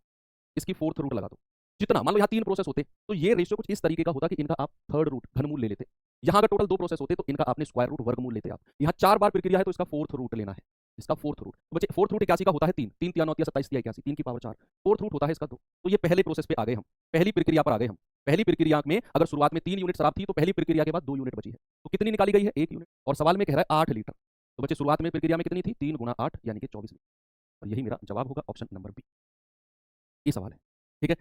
यही आपने करना है। आपने शुरुआत में शराब लेनी है 81, अंत में कितनी है वो तो दी हुई है 16, और कितने प्रोसेस हैं 4, तो इसकी 4th रूट चढ़ा दी। तो 3 2 का रेशियो आ गया, पहली प्रक्रिया आ गई। यानी कि शुरुआत में अगर 3 यूनिट शराब है तो पहली 8 लीटर पानी, 8 लीटर शराब निकालने के बाद 2 लीटर शराब बची है। तो 1 यूनिट निकाली 8 लीटर, 3 का मान 24, तो शुरुआत में 24 लीटर शराब थी। शुरुआत में 24 लीटर शराब थी। ओके, इससे ये शॉर्ट ट्रिक ही तो है, ये शॉर्ट ही तो है, इससे शॉर्ट क्या लोगे आप। चलो भाई ठीक है, अब चेंज करते हैं थोड़ा सा कहानी को। अब थोड़ा सा हम ड्राई फ्रूट्स और सूखे और गीले फल की बात कर लेते हैं। सुनना बच्चे, मैं यहाँ पर आपको कुछ समझाता हूँ, आपने वो चीज़ ना थोड़ा सा समझना है अच्छे से।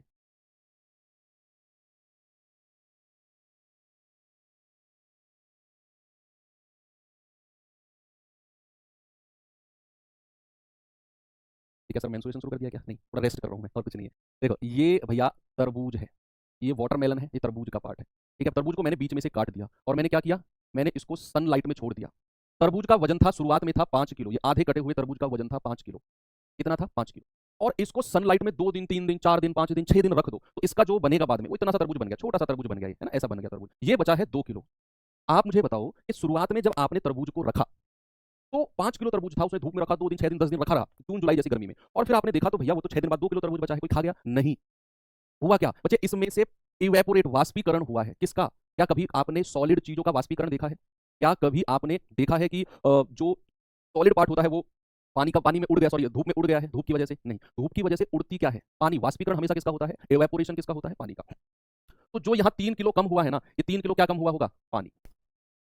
क्या जो इसका सॉलिड पार्ट रहा होगा, बच्चे सुनना, क्या जो इसका सॉलिड पार्ट रहा होगा क्या वो कभी चेंज होगा? भाई लेट सपोज अगर मैं आपसे कहूं ये आपके पास गिलास है, इस गिलास में नमक और पानी का घोल है। इस गिलास में क्या है? नमक और पानी का घोल है। बच्चे नमक है इसमें, मान लो नमक है इसमें 200 ग्राम, 200 ग्राम नमक है, और पानी है इसमें 500 ml, आधा लीटर पानी है। अब बच्चे इसको थोड़ी देर के लिए वाष्पीकरण यानी कि सनलाइट में रख दिया, सूर्य में रख दिया, इसको धूप में रख दिया। ठीक है, तो भैया हमने 1 दिन 2 दिन धूप में रखा, तो इस गिलास में नमक और पानी जितना होगा छोड़ो, नमक कितना होगा? पानी जितना बचा होगा छोड़ो, वो जितना होगा वो मतलब नहीं है। मैं आपसे कह रहा हूं इसमें नमक कितना बचा होगा धूप में रखने के बाद। बताओ जल्दी, लास्ट टाइप है, इसके बाद में 1 2 मिसलेनियस क्वेश्चन है, बस खत्म। ठीक है, तो मैं आपसे कह रहा हूं कि अगर शुरुआत में नमक 200 ग्राम था तो धूप में रखने के बाद 1 दिन 2 दिन 3 दिन 4 दिन नमक कितना बचा होगा? सर नमक नहीं उड़ा होगा, वो 200 ग्राम का 200 ग्राम ही बचा होगा। 200 ग्राम का 200 ग्राम ही बचा होगा। तो याद रखना, कभी भी जो उड़ता, अगर किसी भी जिस चीज में पानी कंटेन है, पानी जिसमें है, जैसे आपका वाटरमेलन तरबूज हो गया, खरबूज हो गया, आपका अंगूर हो गया, अंगूर होते हैं ना, रेजिन्स होते हैं, अंगूर ग्रेप्स के रेजिन्स बन जाते हैं, मुनक्के किशमिश बन जाती हैं, उनको सुखाया जाता है, उनका पानी सारा वाष्पीकरण हो जाता है, उनका पानी सोख लिया जाता है, सॉलिड पार्ट बचता है ना। तो कभी भी ऐसी वस्तु जिनमें पानी होता है उनको अगर आप सुखाते हो, उनको उनका वजन अगर कम होता है तो याद रखना हमेशा पानी का ही वजन कम होगा, उनका जो सॉलिड पार्ट है वो कभी कम नहीं होगा। तो ये बात याद रखना, कोई ऐसी वस्तु तरबूज हो गया, अंगूर हो गया, इनका वजन अगर कम हो रहा है ना, इनका सॉलिड पार्ट हमेशा बराबर रहेगा। भैया इसमें भी 200 ग्राम था तो धूप में रखने के बाद भी 200 ग्राम होगा, ये कभी चेंज नहीं होगा। ये कॉन्सेप्ट सवाल को चुटकियों में कर देगा, कैसे देखना। मैं अब सवाल आपको दिखाने वाला हूँ। ये सवाल क्या है जरा एक बात देखना, और मैं कहूँ अगला सवाल, ये तो मैं कहूँगा अगला सवाल आप फेंक के मारोगे, सर ये लो सवाल देखिए एक बार क्या है सवाल में। एक तरह से अगर वो पानी में घुल गया है नमक 200 ग्राम तो फिर कैसे 200 ग्राम बचेगा। यही तो फिजिक्स है, यही तो केमिस्ट्री है, इसी को ही तो रसायन विज्ञान बोलते हैं। नमक पूरा घुल गया कोई बात नहीं, आप काफी एक्सपेरिमेंट करके देखना, नमक को पूरा पानी में घोल दो और उसको धूप में रख दो 10-15 दिन के लिए, पानी उड़ जाएगा। आपने जितना नमक घोला था ना वो सारा का सारा आपको उसी में मिलेगा, नमक कहीं नहीं जाएगा। यही तो रसायन विज्ञान है। उड़ेगा केवल पानी, नमक नहीं उड़ेगा। ताजे आपने अपने वो नहीं देखा गुजरात में नमक बनता है, कैसे बनता है, कैसे बनता है भाई, समुद्र में नमक बनता है ना, समुद्र की लहरें आती हैं और वो पानी को स्टोर करते हैं। वो लोग क्या करते हैं, वैसे बाड़ा लगा देते हैं, वो लोग पानी को स्टोर कर लेते हैं समुद्र में, ऐसे खेत क्यारियां बनाकर, वो पानी आता है उनमें स्टोर रहता है, फिर धूप से वो पानी, अब वो जब पानी आया तो उसमें तो नमक घुला हुआ था, सोचो आप, और जब पानी को उन्होंने क्यारियां बनाकर स्टोर कर लिया और वो धूप से पानी उड़ जाएगा सारा, तो सफेद सफेद बचता है, नमक ही तो बचता है, फिर उसको वो प्रोसेस से नमक बनाते हैं। यही तो नमक का प्रोसेस है, घुले हुए नमक से ओरिजिनल नमक निकालना समुद्र का, वही तो प्रोसेस है। कि ताजे फल में 68% पानी है और सूखे फल में 20% पानी है, तो 100 किलोग्राम ताजे फल से कितना किलोग्राम सूखा फल निकाला जा सकता है। आपने केवल एक ही बात ध्यान रखनी है, एक सिंपल सी बात ध्यान रखनी है कि जो सॉलिड पार्ट होगा वो कभी भी चेंज नहीं होगा, सॉलिड पार्ट कभी भी चेंज नहीं होगा बच्चे, चाहे मैं ताजे फल की बात करूं या सूखे फल की बात करूं, चाहे मैं ताजे फल की बात करूं चाहे मैं सूखे फल की बात करूं, प्यारे भाई सॉलिड पार्ट कभी भी चेंज नहीं होगा। ताजा फल कितने किलोग्राम था, 100 किलोग्राम, और इसका सॉलिड पार्ट कितना परसेंट है बच्चे, अगर इसमें 68% पानी है तो इसमें सॉलिड पार्ट कितना है, इसमें सॉलिड पार्ट कितना है अगर 68% पानी है तो बताएंगे जल्दी से। ठीक है, तो भैया इसमें अगर 68% पानी है तो सॉलिड पार्ट कितना होगा, 100 में से घटा दो, 32% पानी होगा।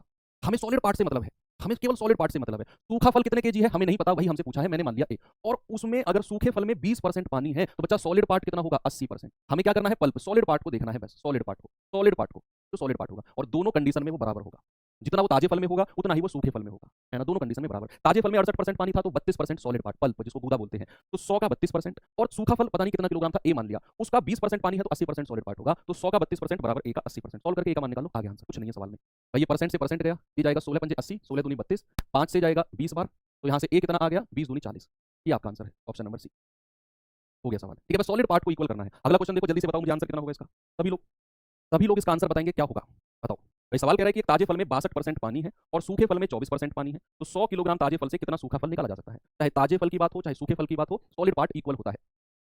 ताजे फल की बात हो चाहे सूखे फल की बात हो, अगर 100 किलोग्राम ताजा फल है उसमें अगर 62% पानी है तो बच्चे क्या उसमें 38% सॉलिड पार्ट होगा। सूखा फल पता नहीं, ए मान लिया, उसमें अगर 24% पानी है तो क्या उसमें 76% सॉलिड पार्ट होगा। दोनों को इक्वल कर दो, दोनों को इक्वल कर दो। ठीक है, 19 दूनी 38, 19 चौके 76, 4 से जाएगा 25 चौके 100, भाई ए कितना आ गया, 25 दूनी 50 किलो, हो गया सवाल। देखो आसान सवाल था, सॉलिड पार्ट का परसेंटेज इक्वल करना है। तो 100 कहाँ से आया, वाह मेरे से, वाह वाह वाह क्या सवाल पूछा है, यहाँ से आया, यहाँ से आया, सवाल से 100 आया। अब सवाल में कहाँ से आया वो जवाब तो हम नहीं दे पाएंगे। चलो अब कुछ मिसलेनियस क्वेश्चन मैं आपको करा देता हूँ, ये क्वेश्चन आपको होमवर्क दे देता हूँ, एक और मैंने होमवर्क दिया था, एक ये दे दिया, खुद से ट्राई कर लेना बच्चे आप, है ना, वही चीज़ है, खुद से ट्राई करना आप लोग। अब मैं कुछ मिसलेनियस क्वेश्चन आपको कराता हूँ, मिसलेनियस विविध, हर चैप्टर के लास्ट में करते हैं ना हम लोग विविध, तो 2-3 क्वेश्चन है बस, 2 क्वेश्चन है विविध, 5 मिनट बस। विविध क्या है, ये जो अक्सर पहले आते थे, पुराने जमाने में क्वेश्चन आते थे, वो क्वेश्चन है विविध में। पैर गिने जाए तो इतने, सर गिने जाए तो इतने, वो वाले सवाल। ठीक है, उसने कहा चिड़ियाघर में किसी जू में खरगोश और कबूतर है, ओके, यदि सिर गिने जाए तो 200 होते हैं। भाई किसी चिड़ियाघर में टोटल और कोई जानवर नहीं है, खरगोश और कबूतर है, आप सिर गिनो एक एक करके सबके, अगर खरगोश कबूतर सबके तो वो 200 सिर होते हैं। अगर आप सबके पैर गिनने जाओ, सबके पैर गिनने जाओ तो टोटल पैर होते हैं 580। तो आपसे कह रहा है बताओ कबूतर कितने होंगे। वो 100 में से घटाया, 100 में से घटाया बच्चे, तभी 24 आया, 100 में से 24 घटाकर 76 आया, 100 में से 38 62 घटाकर 38 आया, 100% में से घटाते हैं। तो आपसे पूछा है बताओ अब कबूतर कितने होंगे। ये तो आसान सवाल है, तो बहुत पुराने सवाल है ना। तो अब मैं आपको बताता हूँ, उससे पहले मैं आपसे कुछ पूछता हूँ, ये सवाल पढ़ो और आप मुझे बताओ कि इस चिड़ियाघर में टोटल संख्या कितनी है कबूतर और खरगोश की।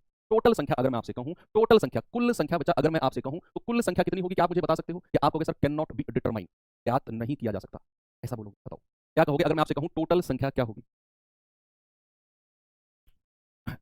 यस, बिल्कुल सही जवाब है।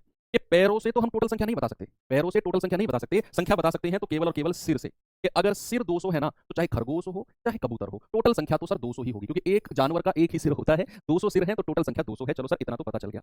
अब इसमें एलिगेशन कैसे लगाते हैं सुनना, इस तरह के सवालों में बच्चे एक तरफ लेना है खरगोश, एक तरफ लेना है खरगोश, एक तरफ लेना है कबूतर। मुझे जरा एक बात बताओ, खरगोश के कितने पैर होते हैं, खरगोश के होते हैं 4 पैर, खरगोश के कितने पैर, 4 पैर। कबूतर के कितने पैर होते हैं, कबूतर के होते हैं 2 पैर। सही लिखा मैंने, खरगोश के कितने लेग्स होते हैं 4, कबूतर के कितने होते हैं 2। अब ऐसे सवालों में देखो मैं जो तरीका बता रहा हूं ना वही करना है, सुनना। मैंने कहा टोटल जानवर कितने 200, एक बार मानकर चलो, सुनो मेरी बात, एक वर्ड सुना, एक बार मानकर चलो कि जितने भी जानवर थे वो सारे के सारे खरगोश थे। जितने भी जानवर थे वो सारे के सारे खरगोश रहे होंगे। अगर सारे के सारे खरगोश रहे होंगे तो नंबर ऑफ पैर कितने हो गए होंगे भाई? एक खरगोश के 4 पैर, और मैंने कहा मान लो कि 200 के 200 खरगोश ही हैं, तो कितने पैर हो जाएंगे? 800। और एक बार मान लो कि 200 के 200 कबूतर ही हैं, एक बार मान लो कि 200 के 200 कबूतर हैं, तो टोटल पैर कितने हो जाएंगे? 400। भाई मैंने कहा खरगोश के 4 पैर, कबूतर के 2 पैर। मैंने कहा एक बार मान लो कि सारे के सारे खरगोश हैं, एक बार मान लो कि सारे के सारे कबूतर हैं। तो जब खरगोश माना तो पैरों की संख्या 800, जब कबूतर माना तो पैरों की संख्या 400, लेकिन एक्चुअल में पैर है कितने? 580। बस वो बीच में रख दो, आपको रेशियो मिल जाएगा संख्या का, आपको संख्या का रेशियो मिल जाएगा। बच्चे आप 580 में से 400 घटाते हो तो 180, और 800 में से 520 घटाते 580 घटाते हो तो 220। ये 2 नाम 18, 2 11 22, ये संख्या का रेशियो आ गया, संख्या का। बस संख्या टोटल 200 दी हुई है, तो 11 और 9 20। भाई 11 और 9 20, यूनिट का मान कितना? 200। तो एक का मान कितना? 0 से 0 गया, 2 धाम 20, एक का मान 10, तो 9 का मान कितना? 9 गुणा 10 यानी कि 90, और 11 का मान कितना? 11 गुणा 10 यानी कि 110। तो कबूतर की संख्या 110, खरगोश की संख्या 90। क्या पूछा है? कबूतर 110। बस यही करना है। एक बार मान लो सारे कबूतर हैं तो पैरों की संख्या 400, एक बार मान लो सारे खरगोश हैं तो पैरों की संख्या 800। एक्चुअल में पैर कितने हैं? 580। रेशियो बनाया, 9 11 आ गया, वो संख्या का रेशियो है। जोड़ा 20 का मान, टोटल संख्या 200, एक का मान 10, तो 90 कबूतर 110, 110 कबूतर 90 खरगोश। चलिए एक और सवाल कराता हूँ। ये सवाल देखिए, इसी टाइप करना है, इसी टाइप से करना है ये भी। फिर एक होमवर्क दूंगा, लास्ट क्वेश्चन है, लास्ट क्वेश्चन है, फिर इसी के जैसा एक होमवर्क और सवाल खत्म। जितने भी मैंने होमवर्क दिए हैं ना, उनके सॉल्यूशन में इसी पीडीएफ, बोर्ड पीडीएफ अपलोड होती है ना, उसी पीडीएफ में मैं डलवा दूंगा, अभी सॉल्व कर दूंगा, है ना। अभी क्लास खत्म होगी, मैं सॉल्व करके पीडीएफ अपलोड करवा दूंगा एप्लीकेशन में, वहां देख लेना। तो 41 रुपए की राशि को 50 बच्चों में विभाजित किया जाता है कि प्रत्येक लड़के को मिलते हैं 90 पैसे और प्रत्येक लड़की को मिलते हैं 65 पैसे। आपसे कह रहा है लड़कों की संख्या बताओ। इसी तरीके से करेंगे, इसी तरीके से करेंगे। बच्चे मुझे एक बात बताओ, सबसे पहले 1 रुपए में कितने पैसे होते हैं? 100 पैसे। ये तो मैंने आपको रेशियो चैप्टर में भी ऐसे सवाल कराए थे, मतलब सवाल अलग थे, ये बताई थी बात। 1 रुपए में 100 पैसे होते हैं। अब दो लोगों की बात हो रही है, एक तो बॉय लड़के की और एक गर्ल लड़की की। यही हो रही है ना भाई, बॉय और गर्ल, दो लोगों की बात हो रही है। आप मुझे बताओ प्रत्येक लड़के को कितना पैसा मिलता है? प्रत्येक, ईच बॉय को, प्रत्येक लड़के को मिलता है 90 पैसा, प्रत्येक लड़के को 90 पैसा, और प्रत्येक लड़की को 65 पैसा, 65 पैसा। ये प्रत्येक की बात कर रहा हूं मैं, ईच, प्रत्येक को। अब मुझे एक बात बताओ, संख्या टोटल कितनी है बच्चों की? 50। प्रत्येक का पैसा है कि प्रत्येक लड़के को 90 पैसा, प्रत्येक लड़की को 65 पैसा। टोटल संख्या कितनी है? 50 बच्चों की। मैं आपसे कहूं कि मान लो 50 के 50 लड़के हैं, लड़कियां है ही नहीं क्लास में, तो अगर 50 के 50 बच्चे बॉय हैं तो कितना पैसा उनको मिलेगा? एक बच्चे को 90 पैसा है, मैंने कहा मान लो 50 के 50 जो बच्चे हैं वो लड़के ही हैं, मान लो ऐसा। तो एक बच्चे को 90 पैसा मिलता है, और मैंने कहा मान लो 50 के 50 बॉय हैं, तो 50 बॉयज को कितना पैसा मिल जाएगा भाई? 9 पंजे 45 और 2 जीरो, इतना पैसा मिल जाएगा 50 बॉयज को। और एक बार मान लो कि 50 के 50 जो बच्चे हैं वो गर्ल्स हैं, वो लड़कियां हैं, वो लड़कियां हैं, तो भाई कितना पैसा मिल जाएगा? 0 5 पूरे 25, 5 30 और 2 32, 3250 पैसे। लेकिन एक्चुअल में पैसे मिले कितने हैं? 41 रुपए, और इनको अगर मैं पैसे में बदलूंगा तो 100 से गुणा कर दूंगा, तो ये 4100 पैसे बनते हैं। कितने? 4100। 41 रुपए का मतलब 4100 पैसे। मैं पैसे की बात कर रहा हूँ, यहाँ रख दो, रेशियो बन गया नीचे, बन गया रेशियो। कुछ भी तो नहीं है, बड़ा आसान सवाल। ये बहुत पुराने सवाल है, सर पहले आते थे एग्जाम्स में, अब से 10-15 साल पहले एग्जाम्स में आते थे, रख लिए मैंने बस, और कुछ भी नहीं है। 4500 में से 4100 गए तो 400, और 4100 में से 3250 गए तो 850। 0 से 0, 5 8 40, और 5 से जाएगा 17। ये रेशियो आ गया संख्या का। अगर मैं जोड़ूं तो 17 और 8 25 यूनिट का मान कितने बच्चे हैं? 50। एक यूनिट का मान 2, तो 17 का मान कितना? 17 दूनी 34, और 8 का मान कितना? 8 दूनी 16। मतलब 34 लड़के हैं और 16 लड़कियां हैं। क्या पूछा? लड़कों की संख्या। लड़कों की संख्या कितनी है? 34 यानी कि 34। यही आपसे पूछी, ठीक है। एक और सवाल मैं आपको इसका होमवर्क दे देता हूं, और इसका सॉल्यूशन मैं आपको इसी पीडीएफ में सॉल्व करके मिल जाएगा। अब कल जो आपका चैप्टर शुरू होगा, बच्चे सभी लोग ध्यान देना,